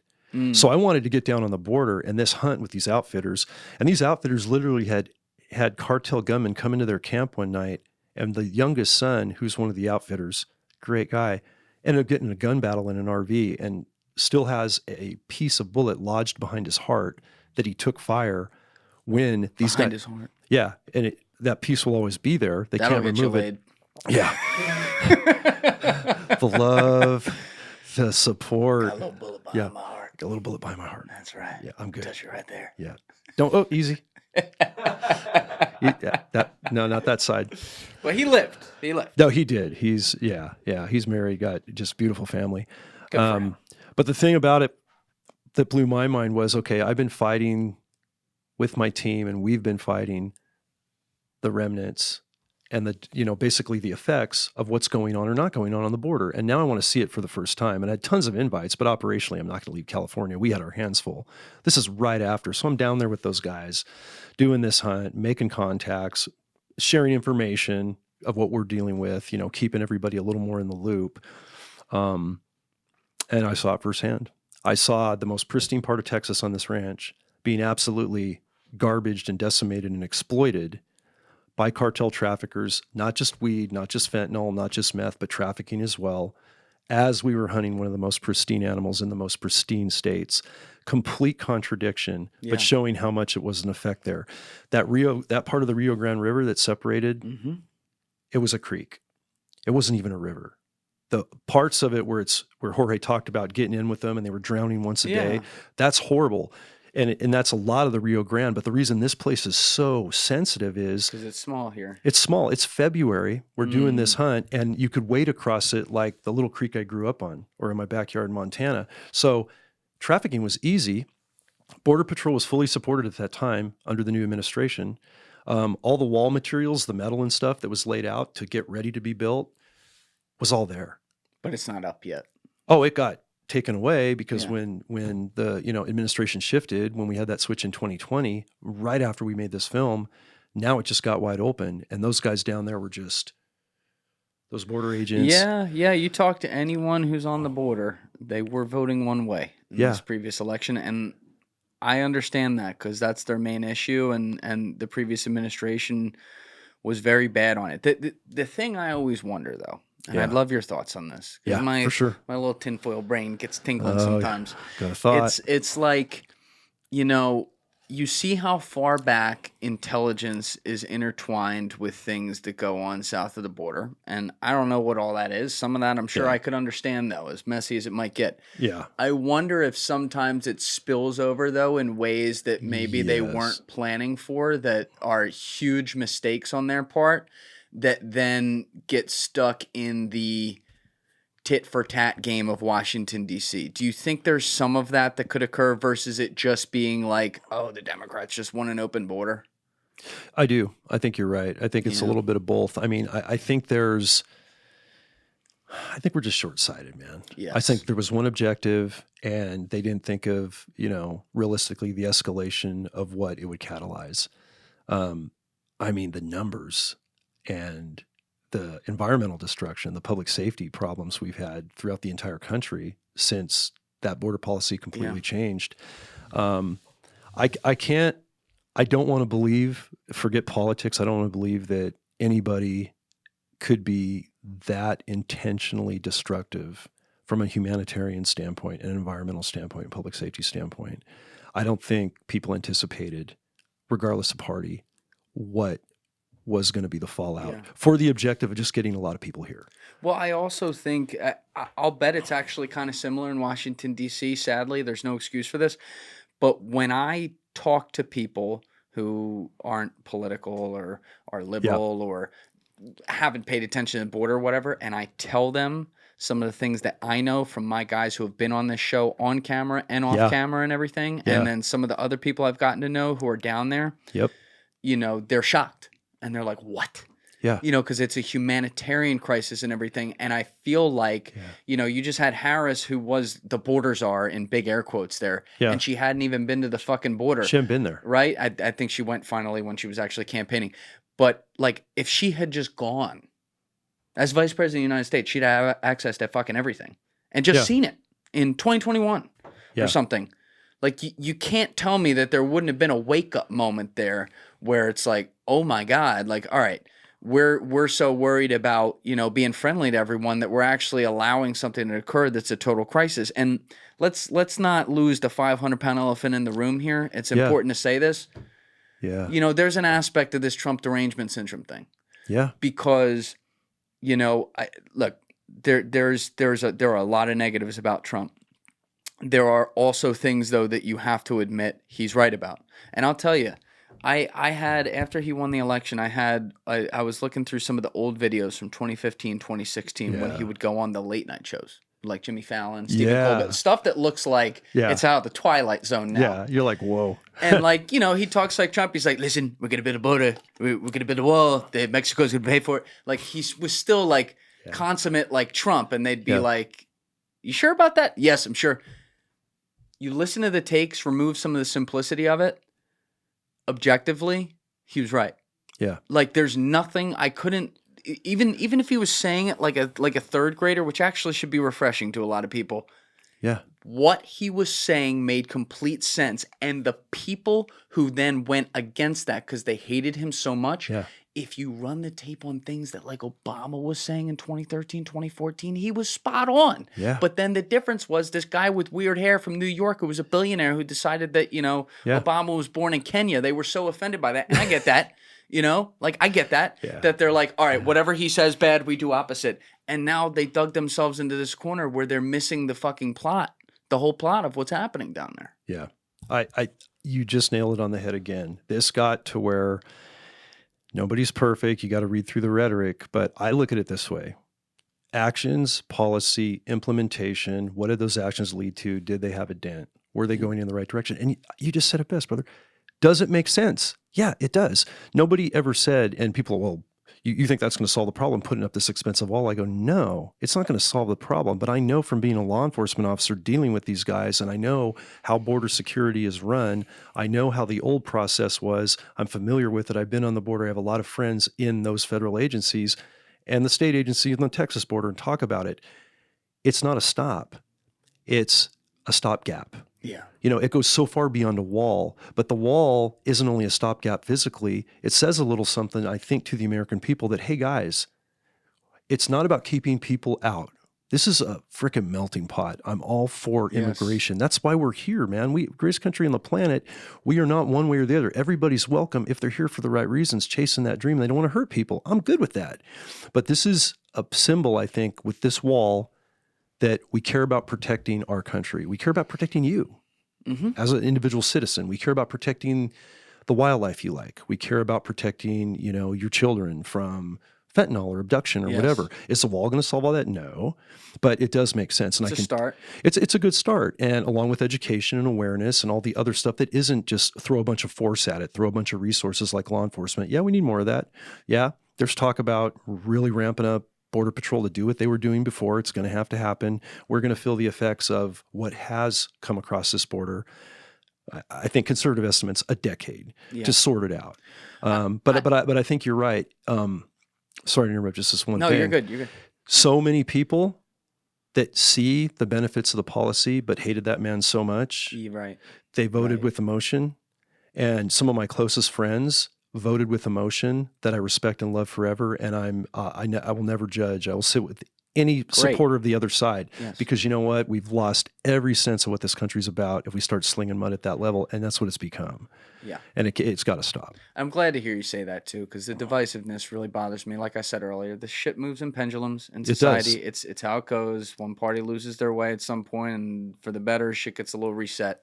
And hopefully that's kind of where we're at right now. But, you know, if there's one thing that I think Trump did a very bad job of when he was first coming up, and probably along the way, in the maybe you could call it like the rhetoric of this. Yeah. It's the emphasis. Like, I feel like he never did a great job emphasizing the fact that, hey, our actual immigration system itself of how you legally immigrate is also broken. Yeah. And we need to improve that because, and I know he said this before, he just doesn't highlight this enough. Yeah. We want great people coming in here. We, like, everyone, I don't know about you, but the two of us, like, I don't even go 3 generations back in this country, right? I don't. Like we're all right. We come from France and all other places. There you go. Yeah, we're not native to this nation. So that is what our country's built on, and we want that to continue. Amen. But when you have fucking 2 million people coming across the border in I don't know, a month, a year, whatever it is, like a crazy number of people. Right. And you can't vet any of them. All it takes is 10 of those people to be terrorists, and the whole system's ruined. 10 dirty bombs, 10 malls, 10 schools, 10 sporting arena events, whatever. And it just, that's where one thing I do like about the election winning speech that happened late that night, I caught just a little bit of it on the night of the election a couple nights ago, was just that, man, the safety aspect of it. No, we don't have accountability of who these people are. We don't know what they're going to do or not going to do. And we know that how many hundreds on the terrorist watch list were interdicted or processed or seen through. Jorge talked about it. I had that same figure. He and I were talking about that way back when we did the last documentary. It was going on then, 2 years ago. But that has to be an emphasis. But I did hear him say, finally, and you're right, man, it did not get emphasized enough, because the key isn't so much, don't just focus on this, hidden evil, the boogeyman that's coming across. Let's talk about the good part of immigration of the country, right? Well, he did that in that first speech in 2015. He goes, they're murderers, they're and some, I assume, a good he basically was like, what was Jon Stewart's line? He's like, he basically said, no disrespect to an entire fucking country. It's like, dude, you gotta. I know you're funny, but be careful. Focus that phrase. Yeah, I think the good thing is he said we want to encourage people coming. Yeah, we want to encourage immigration. We got to get it right, and he did address that, thankfully, indirectly, but he was referring to just what you said, immigration policy, and not just talking about it, but let's do like you did at Forest Watch, man. Let's kick that into gear like now. I know border and security and cartel threats. Yeah, please, please, please treat this as a domestic priority. I know we don't need more proxy wars. We're putting all those billions, man, over in the Ukraine right now, and I'm going, give us a quarter of that. To not just quarter of it, give us a quarter of it. I'll bet we'll dominate and solve this. Zelensky's like, no. But I'm like, give us money. But I'm like, dude, you're fighting over there, and I got kids dying of fentanyl, man, and I got weed that's killing my fish, and it just needs to frickin' stop, and we need resources to do that, and not just a ton of law enforcement and conservation, everybody, but educating kids what to look out for, how to deal with the potential trafficking situation, how to stay connected, not to touch the right pill. What do we give our teenagers, right? Test kits if they get a bad pill for a pain relief. I mean, there've been all kinds of little discussions, but anyway, those things need to get addressed. And I hope the immigration policy is right up there with it, because I think and it really was the last administration's time period that I think catalyzed immigration to be a priority now. Because we're just going to go back to the same old semi-broken system with a little bit of help on the border protection aspect. But to your point, I think you're 100%. That's the thing where because I like to have hope. I've always said this: whoever wins the election and be president, now the president of my country, and I'm fucking rooting for him. Yeah. Now, my job, does that not mean that when they do a terrible job, I'm not going to criticize them? Of course I am. Have to. But I am rooting for them because they're in charge of my country, and we're at this point now where people don't do that, and that kind of blows my mind. So I am hoping Donald Trump does as good a job as he could possibly do. And maybe this is wishful thinking, but a part of me has been reflecting on like him getting back in, and it is an incredible political comeback for sure. But he was voted out of office after, you could point to things in the first 3 years of his administration that were solid, including border policy, for sure, objectively speaking. Yeah. And then he had a disastrous 2020 year, fucked up a lot of things. People voted him out. And there's a part of me that says, hopefully like 4 years away for him to see this now from the outside, having been there, fucked up a lot of things because he had never been in government before and stuff like that. That's the key point. Maybe now. He wasn't he hadn't been in Washington, man. Yeah. It wasn't running a Fortune 500 company, that's a perfect point. So maybe now there will be a little bit more of a, I don't know if this is possible with him, but a little bit more of like a zen about some stuff. Hope so. Like you've stepped back, you've seen it from the outside, you can assess what you did wrong. He was a little bit reflective in that Rogan sit down he did. That surprised me. I was wondering, when I finally laid into that, I made sure on a long drive back home to Montana that I listened to it then, a couple days after, because I knew Joe was having him on, and I'm like, okay, well, I want to really, because if you're ever going to get the real vibe of where he's coming from, Joe would be the guy. Yeah. And I did think, a great job. That's why he's the GOAT.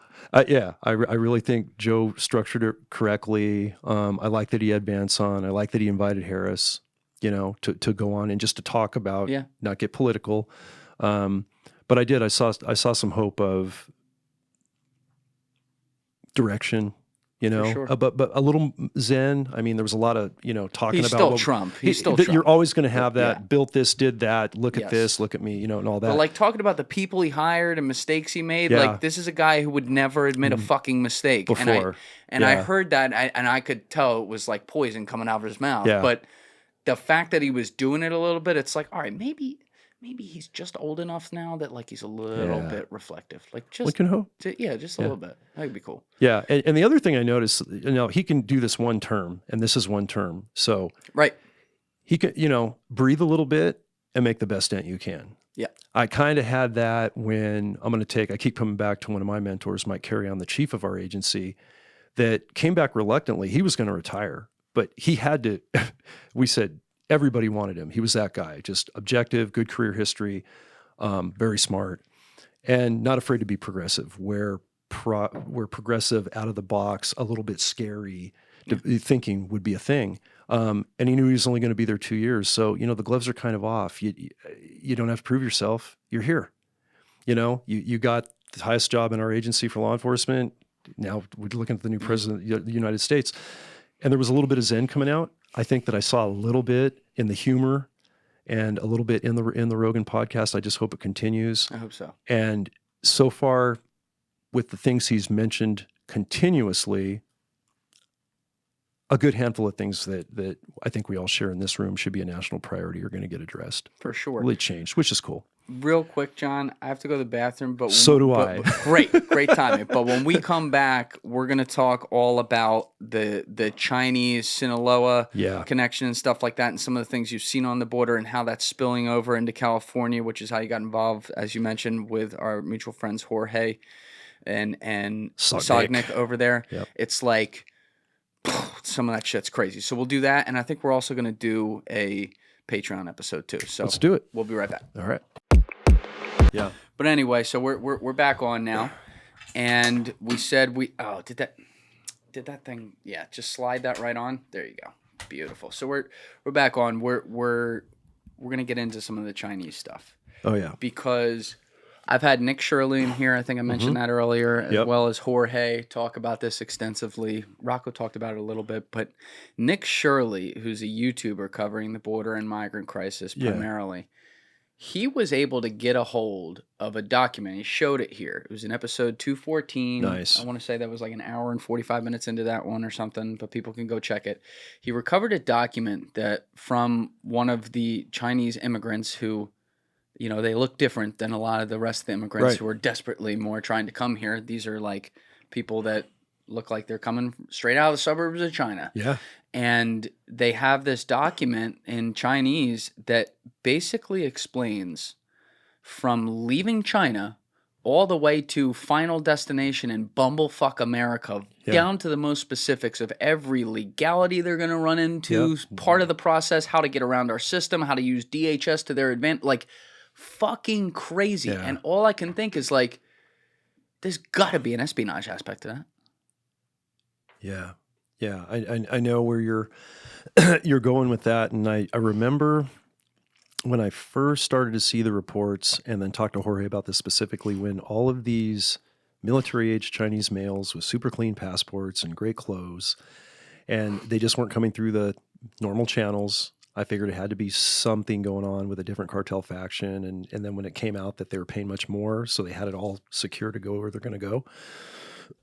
Excuse me. But it was lining up and made sense with what we were seeing in Northern California and what the other states are starting to see.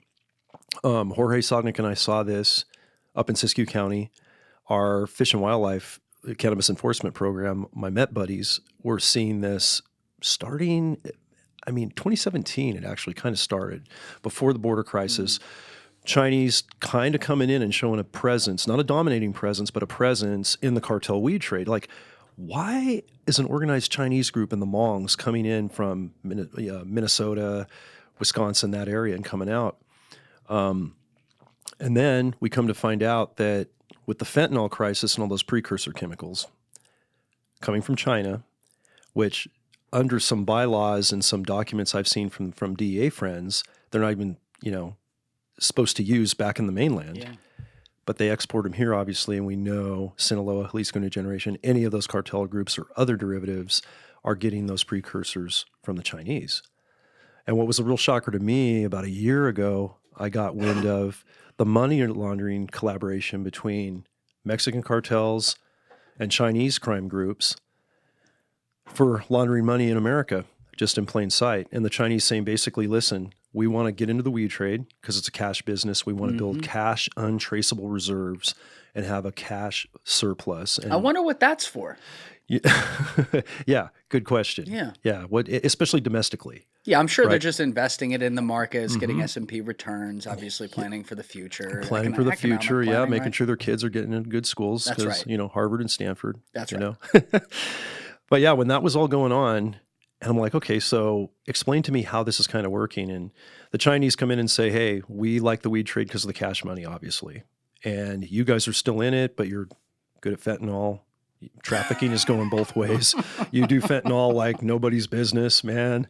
So let's get a collaboration going here. And I didn't realize at the time, 5-6% of everything the cartels make south of the border, 5 to 6% of all of their cash profits from all the crimes they're doing goes to money laundering. They got to pay that much. The Chinese, they said, we'll launder your money for 4% if you give us a weed trade, and we'll work some deals out with the precursor chemicals. And then it became 3% as they started to get more comfortable with each other. Now it's down to like 0.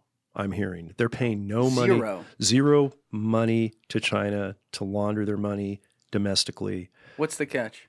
The catch is free fentanyl, precursors. They can exchange, barter it, and also trafficking people in grows, whether they're Mexican individuals or even Chinese, working together in the weed trade. But a lot more dominance from the Chinese and the Asian cartel groups now we're seeing running the weed trade, at least in California, as well as Maine seeing it, Michigan seeing it, and the other states I've worked with out there. So we know they're working together, and we know it's been a long-term relationship now. It's been going on for many, many years, but it's all been happening domestically here. And it makes sense now when you talk about all of these thousands of military-age males looking very clean, like you said, and not I'm just going for broke to get to America appearance comes across. Pretty mind-blowing, but it's a fairly new trend. And something actually that in October, a year ago October, in that testimony, I dropped that on Congress related to environmental crime, because right then we were seeing not only the weed trade for fentanyl and the money laundering connection between those two entities, but we were starting to see new chemicals and new poisons in these grow houses and on these grow sites. And it wasn't carbofuran or metaphos smuggled up from Tijuana. It was actually poison containers with Chinese language on them. And there's, I think, 6 or 7 of them. One's an antifungal, they're, anticoagulant nerve agents, nasty, at least as nasty as the other poisons we've talked about that I've highlighted in the book. But when Jorge Sognick and I were up on raids on that last day that I was with them to kind of culminate a week of everything in Siskiyou County, we went in with Siskiyou County Sheriff's Department, their Met team. Guys, obviously, I had worked with operationally, but hadn't seen them for many years because I've been in the outreach game and retired. Now I'm back in thinking, oh yeah, it's going to be bad. I know how bad it is. dude, Get the boys back together. get the boys back together. And when I found out who we were working with, I said, Jorge, this is going to be epic. You've got to meet these guys. These guys are freaking fantastic. Sognick's shitting himself. Sognick is like, he's like the... I did not come to America for this. Sognick is like the unflappable, like, you never... Are we freaking him out yet? Sognick, are you good with this? And he's just like, right on there filming. Like, dude, No, I got the shot. You're good. Are you are you concerned or not? He's like, we're not shot yet. We haven't been bit by one of these rabid, cartel guard dogs that they're abandoning and are ending up abused. That's not even a joke. But no, man, we got up there and I got to see some of the old guys. And in let's see, that was 3.5, 4 years after I retired. Yeah. And Siskiyou County had blown up exponentially since I was up there. Now, granted, I'm hearing stories from my Met buddies of how bad it is, but it's just hoop house after hoop house after hoop house. There, Hoop house? Hoop house is like that visqueen lined greenhouse that looks like those little pictures you pulled up on Jorge's episode of like the Amazon, the Bezos kind of layout of complexes. You really studied that episode. I'm impressed. Well, thank you. Yeah, no, I did. I watched it and had to see the connection. And on top of that, a lot of that same stuff and those photos had come into me from sources at the federal level that are literally in my PowerPoint. And when I teach and put this stuff out to LE groups or civilian groups where it's appropriate. But yeah, it was 10 to 15,000 grow houses up there. And none of them were very remotely in the woods. I mean, they're all in the woods, but it's not like going 8 miles into the backcountry where you're on a pristine creek saying Yosemite National Park now. Now they're down a dirt road and they're stacked on top of each other.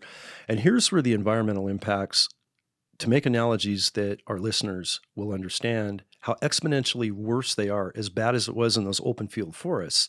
So you've got this big, visqueen lined, capped greenhouse that might have 1,000 to 4,000 or 5,000 plants. It's not open air. It's got this massive tarp on it, so it's a contained environment, right? Like kind of pressurized until you ventilate it, like kind of in a vacuum. And we're finding these 55-gallon drums of unnamed chemicals. 55-gallon drums. 55-gallon drums. Yeah, 2 or 3 of them in every complex. And then we're finding these little rooms where there's these Tyvek kind of hazmat suits with those N95, fitted masks that you rebreathe through. We have to wear that stuff now to go into some grow sites. When I was leaving agency, we had so much issues with poison exposure and our dogs through the paws that we had to get fitted for all this stuff. And if that poison had been put on an outdoor, say, cartel grow, a Mexican grow, and we can see the white droppings on the plants and it oozing off, and there's pictures again so everybody can reference it in color in Hidden War. That means it's been applied to the plant within the last 24 hours or so, and we can't even touch it with PP protective gear. It's too hot. And this is only miles from like regular old California civilization. Absolutely. Yeah, these are just rural little towns, and wow. Yeah, and then this stuff, when it dries invisible. So all that really potent black market weed that is all over the net, all over the marketplace where we're sitting right now here in Jersey, you can't tell it's on there. It doesn't kill anybody instantly, but you're slowly putting nerve agents and toxics into your body, whether it's an edible, whether you're smoking it, whatever the case may be. Potent good weed, all black market. So we started to see these poisons, and I'm like, this is a new game. And because it's encapsulated in these buildings, exposure to officers or growers or anybody, people in the neighborhood, if the winds were going down, downhill, and you got community members up in Siskiyou County that are like the American dream, right? World War II veteran couples settle up, get a little cattle ranch. They're raising cattle. They've got Mount Shasta, the beautiful, pristine looking Glacier Peak right in their distance, very remote on the Oregon border, beautiful county. And now it's thousands and thousands and thousands of organized crime growers, mostly Asian now, between the Chinese and the Hmong, a little bit of Hispanic still with the Mexican cartels. You mentioned it a minute ago, but just for people who didn't see the Jorge episode, can you just explain exactly who the Hmong are? Yeah, the Hmong are a group they're from Southeast Asia. They're a nomadic group of Asians that live primarily in America, where these guys are coming from is like Minnesota, Wisconsin. And they have been brought out because of the organized crime and the profit ability with all this cannabis out in California and other states. They've been brought out to grow it and or to be put there with a guarantee of money, and some of them aren't getting paid. And they're basically enslaved. Yeah, they're basically enslaved, or if they're not locked up every night, which in some cases they are, we're finding out they're kind of pressured and extorted a little bit to where they're waiting for money that they're never going to get. They can't really leave. Pretty heinous. And we saw that firsthand in Siskiyou, and we see it all the time. It's happening in Shasta. It's happening in other parts of the country too. I got to ask what is a really Captain Obvious question here, but obviously doesn't have a Captain Obvious answer. I'm hearing you all day talk about these sites that exist, as I just said a couple minutes ago, just miles from regular old civilization, here deep inside our own borders. Yeah. And you're telling me you got to dress like you're about to fucking invade World War II Japan just to go to some of these places in our own country. True story, yeah. We know where a lot of them are. Why is a phone call not made to like the White House today to send 12 agencies in there, like a military unit? You're just going into the woods. There's hardly anyone out there. You warn some of the civilians that are out there and just take it all down. I don't understand why we can't just throw like $4 or $5 billion at this in one day, boom, be done with it. Yeah, and that's actually a good solution. And do kind of a roving task force. I talked about this with Mike Ritland. I know you had my brother Mike on the show. Great guy. Great guy. Mike. Yeah, and he asked the same question after going through the book. He was, I think, the first studio podcast I'd ever done was Mike's podcast. Mike to this day is one of the most underrated podcasts in America. Oh, he's the best. He's so good. Yeah. So good, man. He's amazing. Yeah. I mean, and going length, diving in deep, spending 3-4 hours if you need to. We had, I think, a 4-hour conversation. Yeah. And he asked some of the best questions of anyone on the internet. Yeah. Really good. And really dissecting it, kind of like we're doing now. You're going down the rabbit hole, places a lot of people don't go, and we need to go there. But essentially, yeah, that was that is the only solution we can do to make a dent is to put a massive force on it, whether it's combined allied agency, retired military. Mike and I talked at the end of the podcast. He goes, hey, I'd come out of retirement, and if I could be deputized, I'd be a dog handler, do whatever, get assets to fly us and go as a strike team wherever we need to go. You met guys, some retired SEALs. We have, SEAL team veterans and military guys from SF and stuff on the team now. They would mop the floor with these fucking guys. We absolutely would. But it would have to be considered that national priority and be illuminated as such, which it never quite has yet, to put us on like, we're going to put all this money, say, in a Ukraine war, or we're going to go do a proxy war. We haven't addressed it to that level. They'll give you $750 to do it. Yeah, you got it. Well, and I mean, on that front, that's true point. But let's look at terrorism in the world and how we deal with it. Right, this war on terror. How do the cartels, when you define terrorism, do the cartels qualify as terrorist organizations? If you look at the definition, a really good question. And if you dissect it, you could pull up the definition of terrorism right now, and you could look at the general definition, the military definition. There's a bunch of different definitions. And I think of Taylor Sheridan, what a producer director. Amazing. Everything he does. Best stuff just reeks. Yeah, it reeks of quality. And in Sicario 2, when he talks about these cartels are now defined as a terrorist organization, so now we're going to fight them as such, right, within those rules of engagement. And I think when you look at the fact that there's such a public safety threat, there's definitely a political impact because you're changing communities. You're running out Americans and ranchers and farmers and veterans, literally leaving a county like Siskiyou, and now it is run by basically a foreign entity, destroying the environment, making money off poisonous cannabis as one example, and human trafficking, anything else that goes in there. Killing anyone that gets in their way. Killing anyone that gets in their way if they get too high up. And that really comes into, adjusting and manipulating policy by fear, right? By terror, and having that impact on people to change their lives and to change how we handle government in that area. And so I think it does qualify. Yeah, we have the definition right up here. Alessi pulled it up. It's terrorism. The main definition that comes up first on Google is the unlawful use of violence and intimidation, especially against civilians in the pursuit of political aims. So I would say violence and intimidation right alone, the Mongs fit that right away because they're often enslaved here against their will, as it turns out.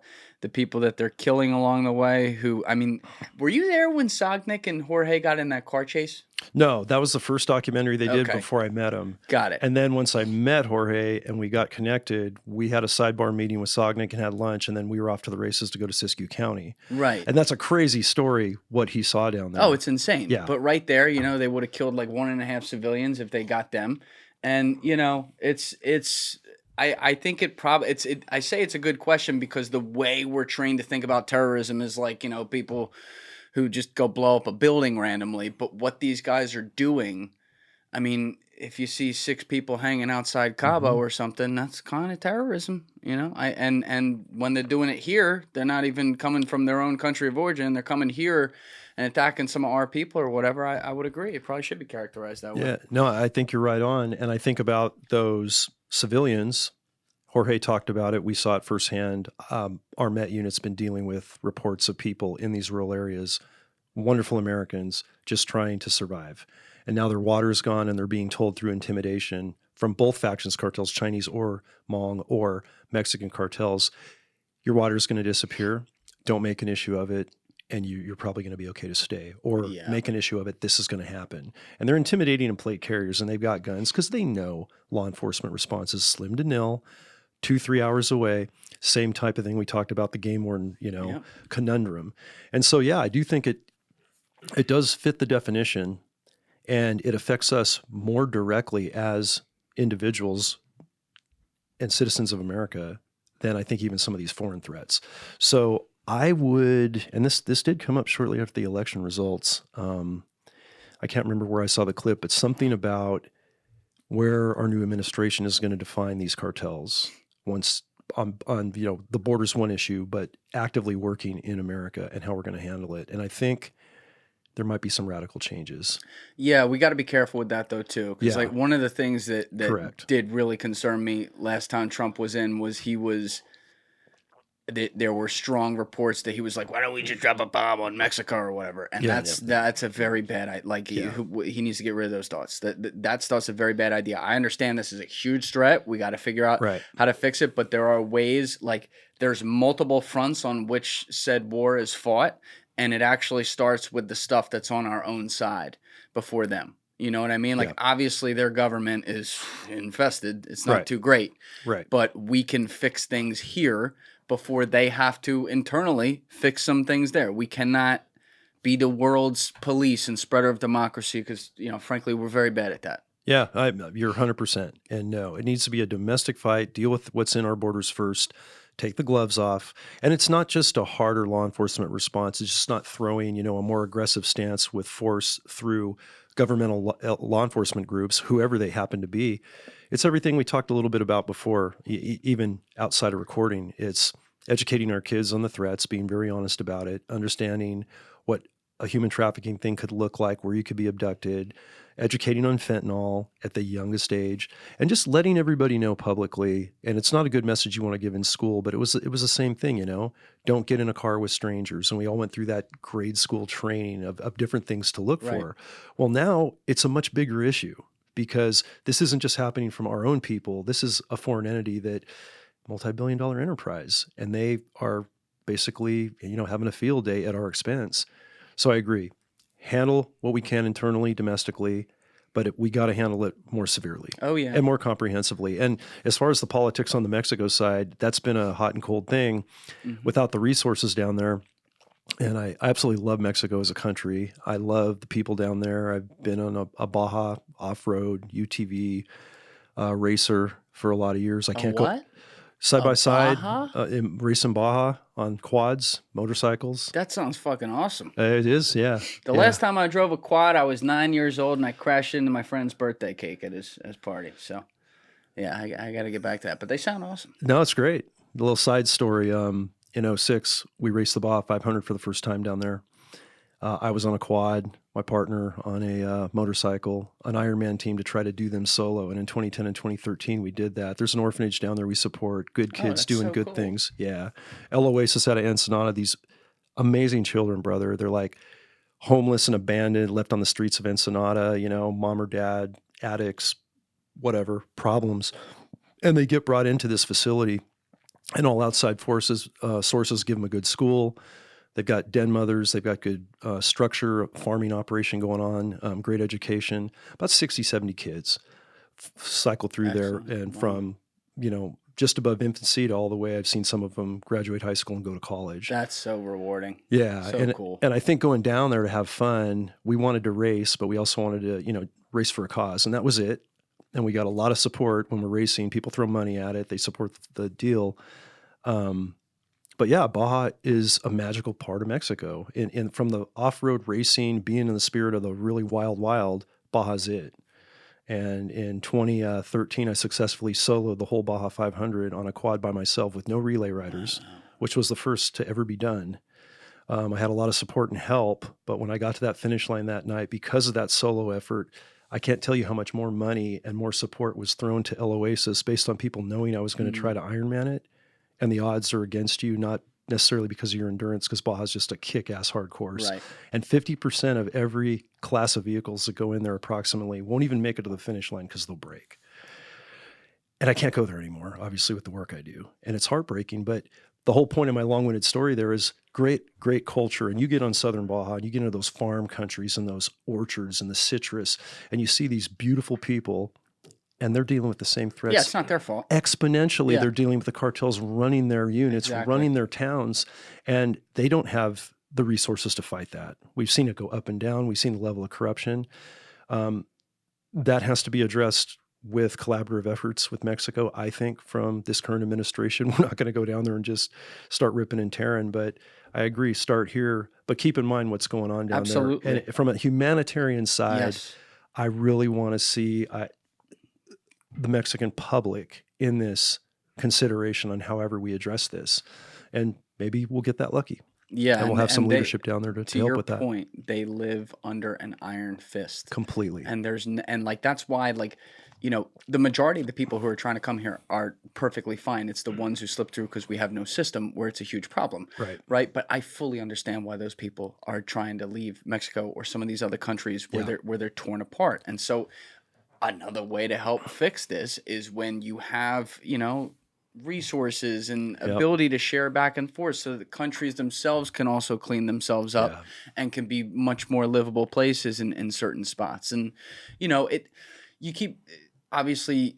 keeps coming back to some of the extracurriculars with other countries who are taking advantage of this. And we've been talking about China and everything, but you ever read this book, Fentanyl Inc.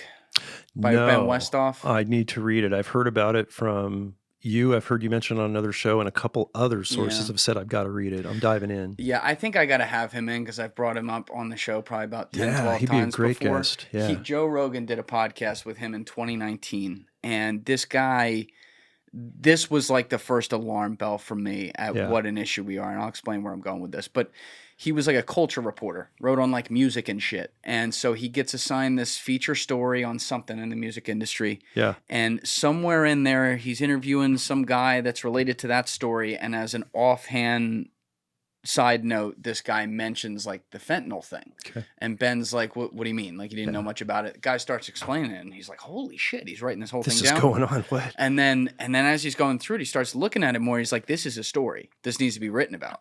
So he decides to write this book, Fentanyl Inc. And this savage, which is what he is, this takes incredible balls to do this. Yeah. He flew to China unaccompanied to go undercover, and that's being generous to call it undercover. Track it down at himself. Ground fucking zero. Yes. Yeah. To go to one of these fentanyl labs and see how easy it was to buy fentanyl. And basically it was like walking into Walmart in whatever China's Walmart is. And he was like, yeah, so I can take that. They're like, yeah, you want 2 or 3? It's like, what? Oh my God. So I bring this up because it feels like when you look at the circle that's happening there within the fentanyl pouring literally across the border itself, being sent to Mexico, used by the cartels, put across our border, boom, coming in here. Does it feel like a reverse opium war to you? Yes, very much so. Yeah. Yeah, except so many players that don't want to see us thrive, and China being one of them. It's maddening to see how easy this collaboration has kind of organically happened with those two groups. And the damage it's done internally, I mean, outside of any military action or any violence taken against them, or more aggressively against them that we would do, domestically, or even with that, with Mexico's help if they're dealing with that crisis down south. Just that is a huge, indicator of where we're at and who does not have our best interest or our people's best interest, and just humanitarianism in general. I mean, we're poisoning our populace from within and basically deteriorating the country without ever firing a shot. And I don't think that's an exaggeration. Outside of your ability to speak completely openly about things, being your own man now, working for the government and do things like talk in front of Congress and write books and make some shows, what have been like some of the major differences for you, good or bad or both, operating from the private side now versus having been on the active side in the fight with the government?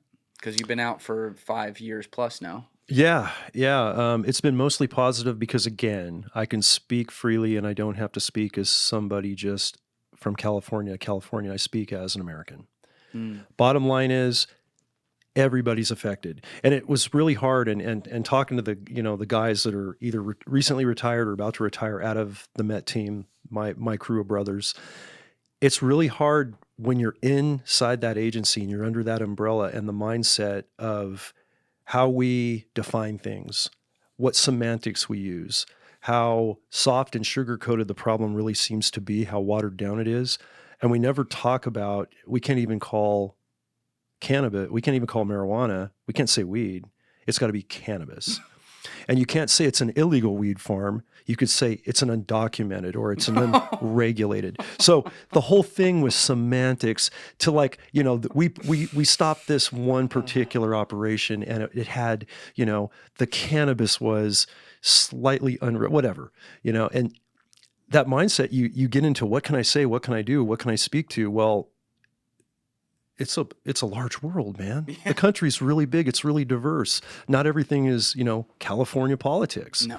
And one part about that is being a resident of Montana and going to a state that's more wired in what I'm about and where I grew up under the conservation model. It's nice living there, visiting California as a non-resident. I care immensely about California. It will always be home to some level. The amount of resources and diversity and people are amazing out in that state. And it's also the one that's most under siege, especially because of the problems we've discussed today. But it's all about the thin green line. I think when you start looking at the thin green line of protecting the 3 Ws, wildlife, waterways, and wildlands, in any state, even the rural parts of New Jersey, New York, and you start making that a priority for our next generations, you inevitably are going to make public safety better. You're going to get more of a safety aspect of it. People are going to be healthier because they all go hand in hand. What I always had the separation from was I'm going and saving Bambi, right, or protecting wildlife. But what about this drug situation? What about the violent crimes against Americans, especially human child sex, that now finally is getting the attention? Sound of Freedom, that movie. When that movie dropped, Julian, and I saw it with family members in the theater, I think it was like the 4th or 5th of July a couple of years ago. I've been working these guys, right? We all have, not necessarily on a child ring, but we've been working the same type of criminals doing similar stuff, and we know it's going on. I almost tore the armrest off my freaking theater seat. I was crying my eyes out. Yeah, we're going to talk about that in the Patreon episode, by the way. That's coming up. Yeah. I felt so much pain for seeing the visceral aspect of what that movie personified perfectly, and really realizing how helpless I felt as a law enforcement officer to know that I may not know a child that was directly trafficked or abducted that way, but I know people that do, or I've been related to people. Same thing with fentanyl deaths in, the very affluent areas around Stanford. I know deaths of valedictorians headed to great schools that took a pain pill for a volleyball injury with a sore knee, went in to do her advanced placement, calculus homework that night, a great, great young lady, and didn't wake up the next morning when mom woke her up. So horrible. It's heartbreaking, man. It really is. And so it's been positive being disconnected from agency, but having seen what I did all those years really puts a good perspective on what you have to put your attention on. It really does. You're not going to muddle in politics too much. You're not going to muddle through the weeds of insignificant issues. We've seen it directly in wildlife. We've seen it directly on human and health safety. And we know, at least I know, and my teammates know, it is one of the biggest, if not the biggest, national priorities domestically, like we started this conversation with, that needs to be addressed and handled. And I hope we see that now. Absolutely. If you, John Norris, were named president temporarily and had maybe even dangerously a little more power than the president, maybe you were Emperor John Norris, and you're a good emperor. You're like a good guy, right? Scary like, thought, man. Very scary thought, but I'm just using a hypothetical here. If you were named that for a temporary time just to fix this problem, and then at the end you could go back to your life, what would you do? Right away, I'd border control, change immigration policy immediately. Really make immigration a very positive thing, encourage any person on this planet that wants to come to what we collectively know is the greatest country in the world because of the freedoms and opportunities we have, even in the worst situation. I would want to make that door open to great people. And I got a bias, I bleed green, we say, on the thin green line. My blood's green. I love wildlife and waterways, and I want to see those protected sensibly. It doesn't mean you don't develop. It doesn't mean you don't, timber harvest where you need to. It just means you don't decimate forests. You don't decimate waterways. You protect them through sensitive conservation models, not necessarily just preserve it and walk away, because that has negative effects. That's what I would focus on. And this embedded cartel threat would be, I would make it an anti-terrorism campaign. We gonna find you campaign? Well, kind of one of those, yeah. Call it eco-terrorism, call it terrorism, but... Dick Cheney just got hard. He said, I liked what he said. That's not a compliment, but okay. Oh, man. Hard as this dang table. Like, how do we get Halliburton involved with this? Yeah. Yeah, and do it sensibly, of course. Do it with the right resources and right awareness. And with that, finally would go educating of why we're doing it. From our lowest, youngest level. Kids, important. Yeah, we wouldn't, even in the affluent communities in the Silicon Valley where I come from, where we don't really, expose our children to the dark side of the human condition. Yes. There's a real fucking dark side to us. Yes. And when money's involved and, morality goes right out the door, the cartel threat we've seen personifies it. I've seen as evil as it gets, as evil as it gets. And, everything from, the patron saint shrines we've seen in the groves or in houses or in stash houses, these things that even looking at a deity that under someone's belief will sanction this kind of, destructive behavior on people. And when you're believing that in your faith, that person's never going to be your friend and never going to do anything good within our borders. So they don't need to be here, and they definitely don't need to be doing the activity they're doing. 100%. And I think, I always say this, it's hard because I'm an emotional guy first. I always got to check that at the door. I feel right? that I have with the you. pragmatic brain, but the instant reaction is emotional. So I'm always like trying to turn it back on. Like the world, to quote Rocky Balboa, is not all sunshine and rainbows. It's a mean and dark place, and there's a lot of good in the world. And I believe there's way more good than evil, but you cannot deny that levels of evil exist, and you cannot see it is a dangerous, slippery slope, no matter what the context, to see the world the way you want to see it versus the way it actually fucking is. Yeah. And one of the things that I think has been a nice little theme across the history of my show with various people who have come in here is we've had people like you who in different ways, whether it be here or around the world, have seen it for what it can be in all the worst ways, to be able to come back with a message that's hopefully positive, like, hey, we can fix this, but it does exist. So we got to be able to do that. Yeah. And, if we can have a little effect on that using this show and then adding in all these other shows out there that are doing great similar things in that way, maybe we can move the needle and help with that education aspect you talk about. Yeah, I agree. And I fondly say, I don't push a rifle with the guys on missions anymore, but the pen is mightier than the sword. It really is. And now I'm on a microphone instead of a carbine talking to you. And I totally agree, Julian. This is the way to do it. It's a way to inspire people. And I agree. I love the fact, and I share that with you. The emotionality means we care because we get emotional. I'm the same way. Big heart, but if you need to get serious to stop a problem, I have a very protective instinct, obviously, in what I did all those years. And I think first acknowledging it. Yep. and then saying, hey, but there's more good than evil. People as a whole, there's good out there. And that's what we got to focus on. But not everybody's seeing it that way. And I don't think we're going to make a dent unless we're realists, a little more realism. Absolutely. Absolutely. Well, Alessi, keep that thing rolling. We're going to do a Patreon episode right now, so don't stop it. But John, we'll obviously talk about some of the HT stuff in there and some other good stuff we haven't got to today. Thank you so much for coming here today, though. We're going to have your books, link in description. We're going to have your YouTube channel, link in description. It's really amazing work you've done, and I'm really glad you got to share it here. Treat to be here, brother. Thanks for having me. All right, everybody else, you know what it is. Give it a thought. Get back to me, and I'll see you on Patreon. Peace. Thank you guys for watching the episode. Before you leave, please be sure to hit that subscribe button and smash that like button on the video. It's a huge help. And also, if you're over on Instagram, be sure to follow the show at Julian Dorey Podcast, or also on my personal page at Julian D. Dorey. Both links are in the description below. Finally, if you'd like to catch up on our latest episodes, use the Julian Dorey Podcast playlist link in the description below. Thank you.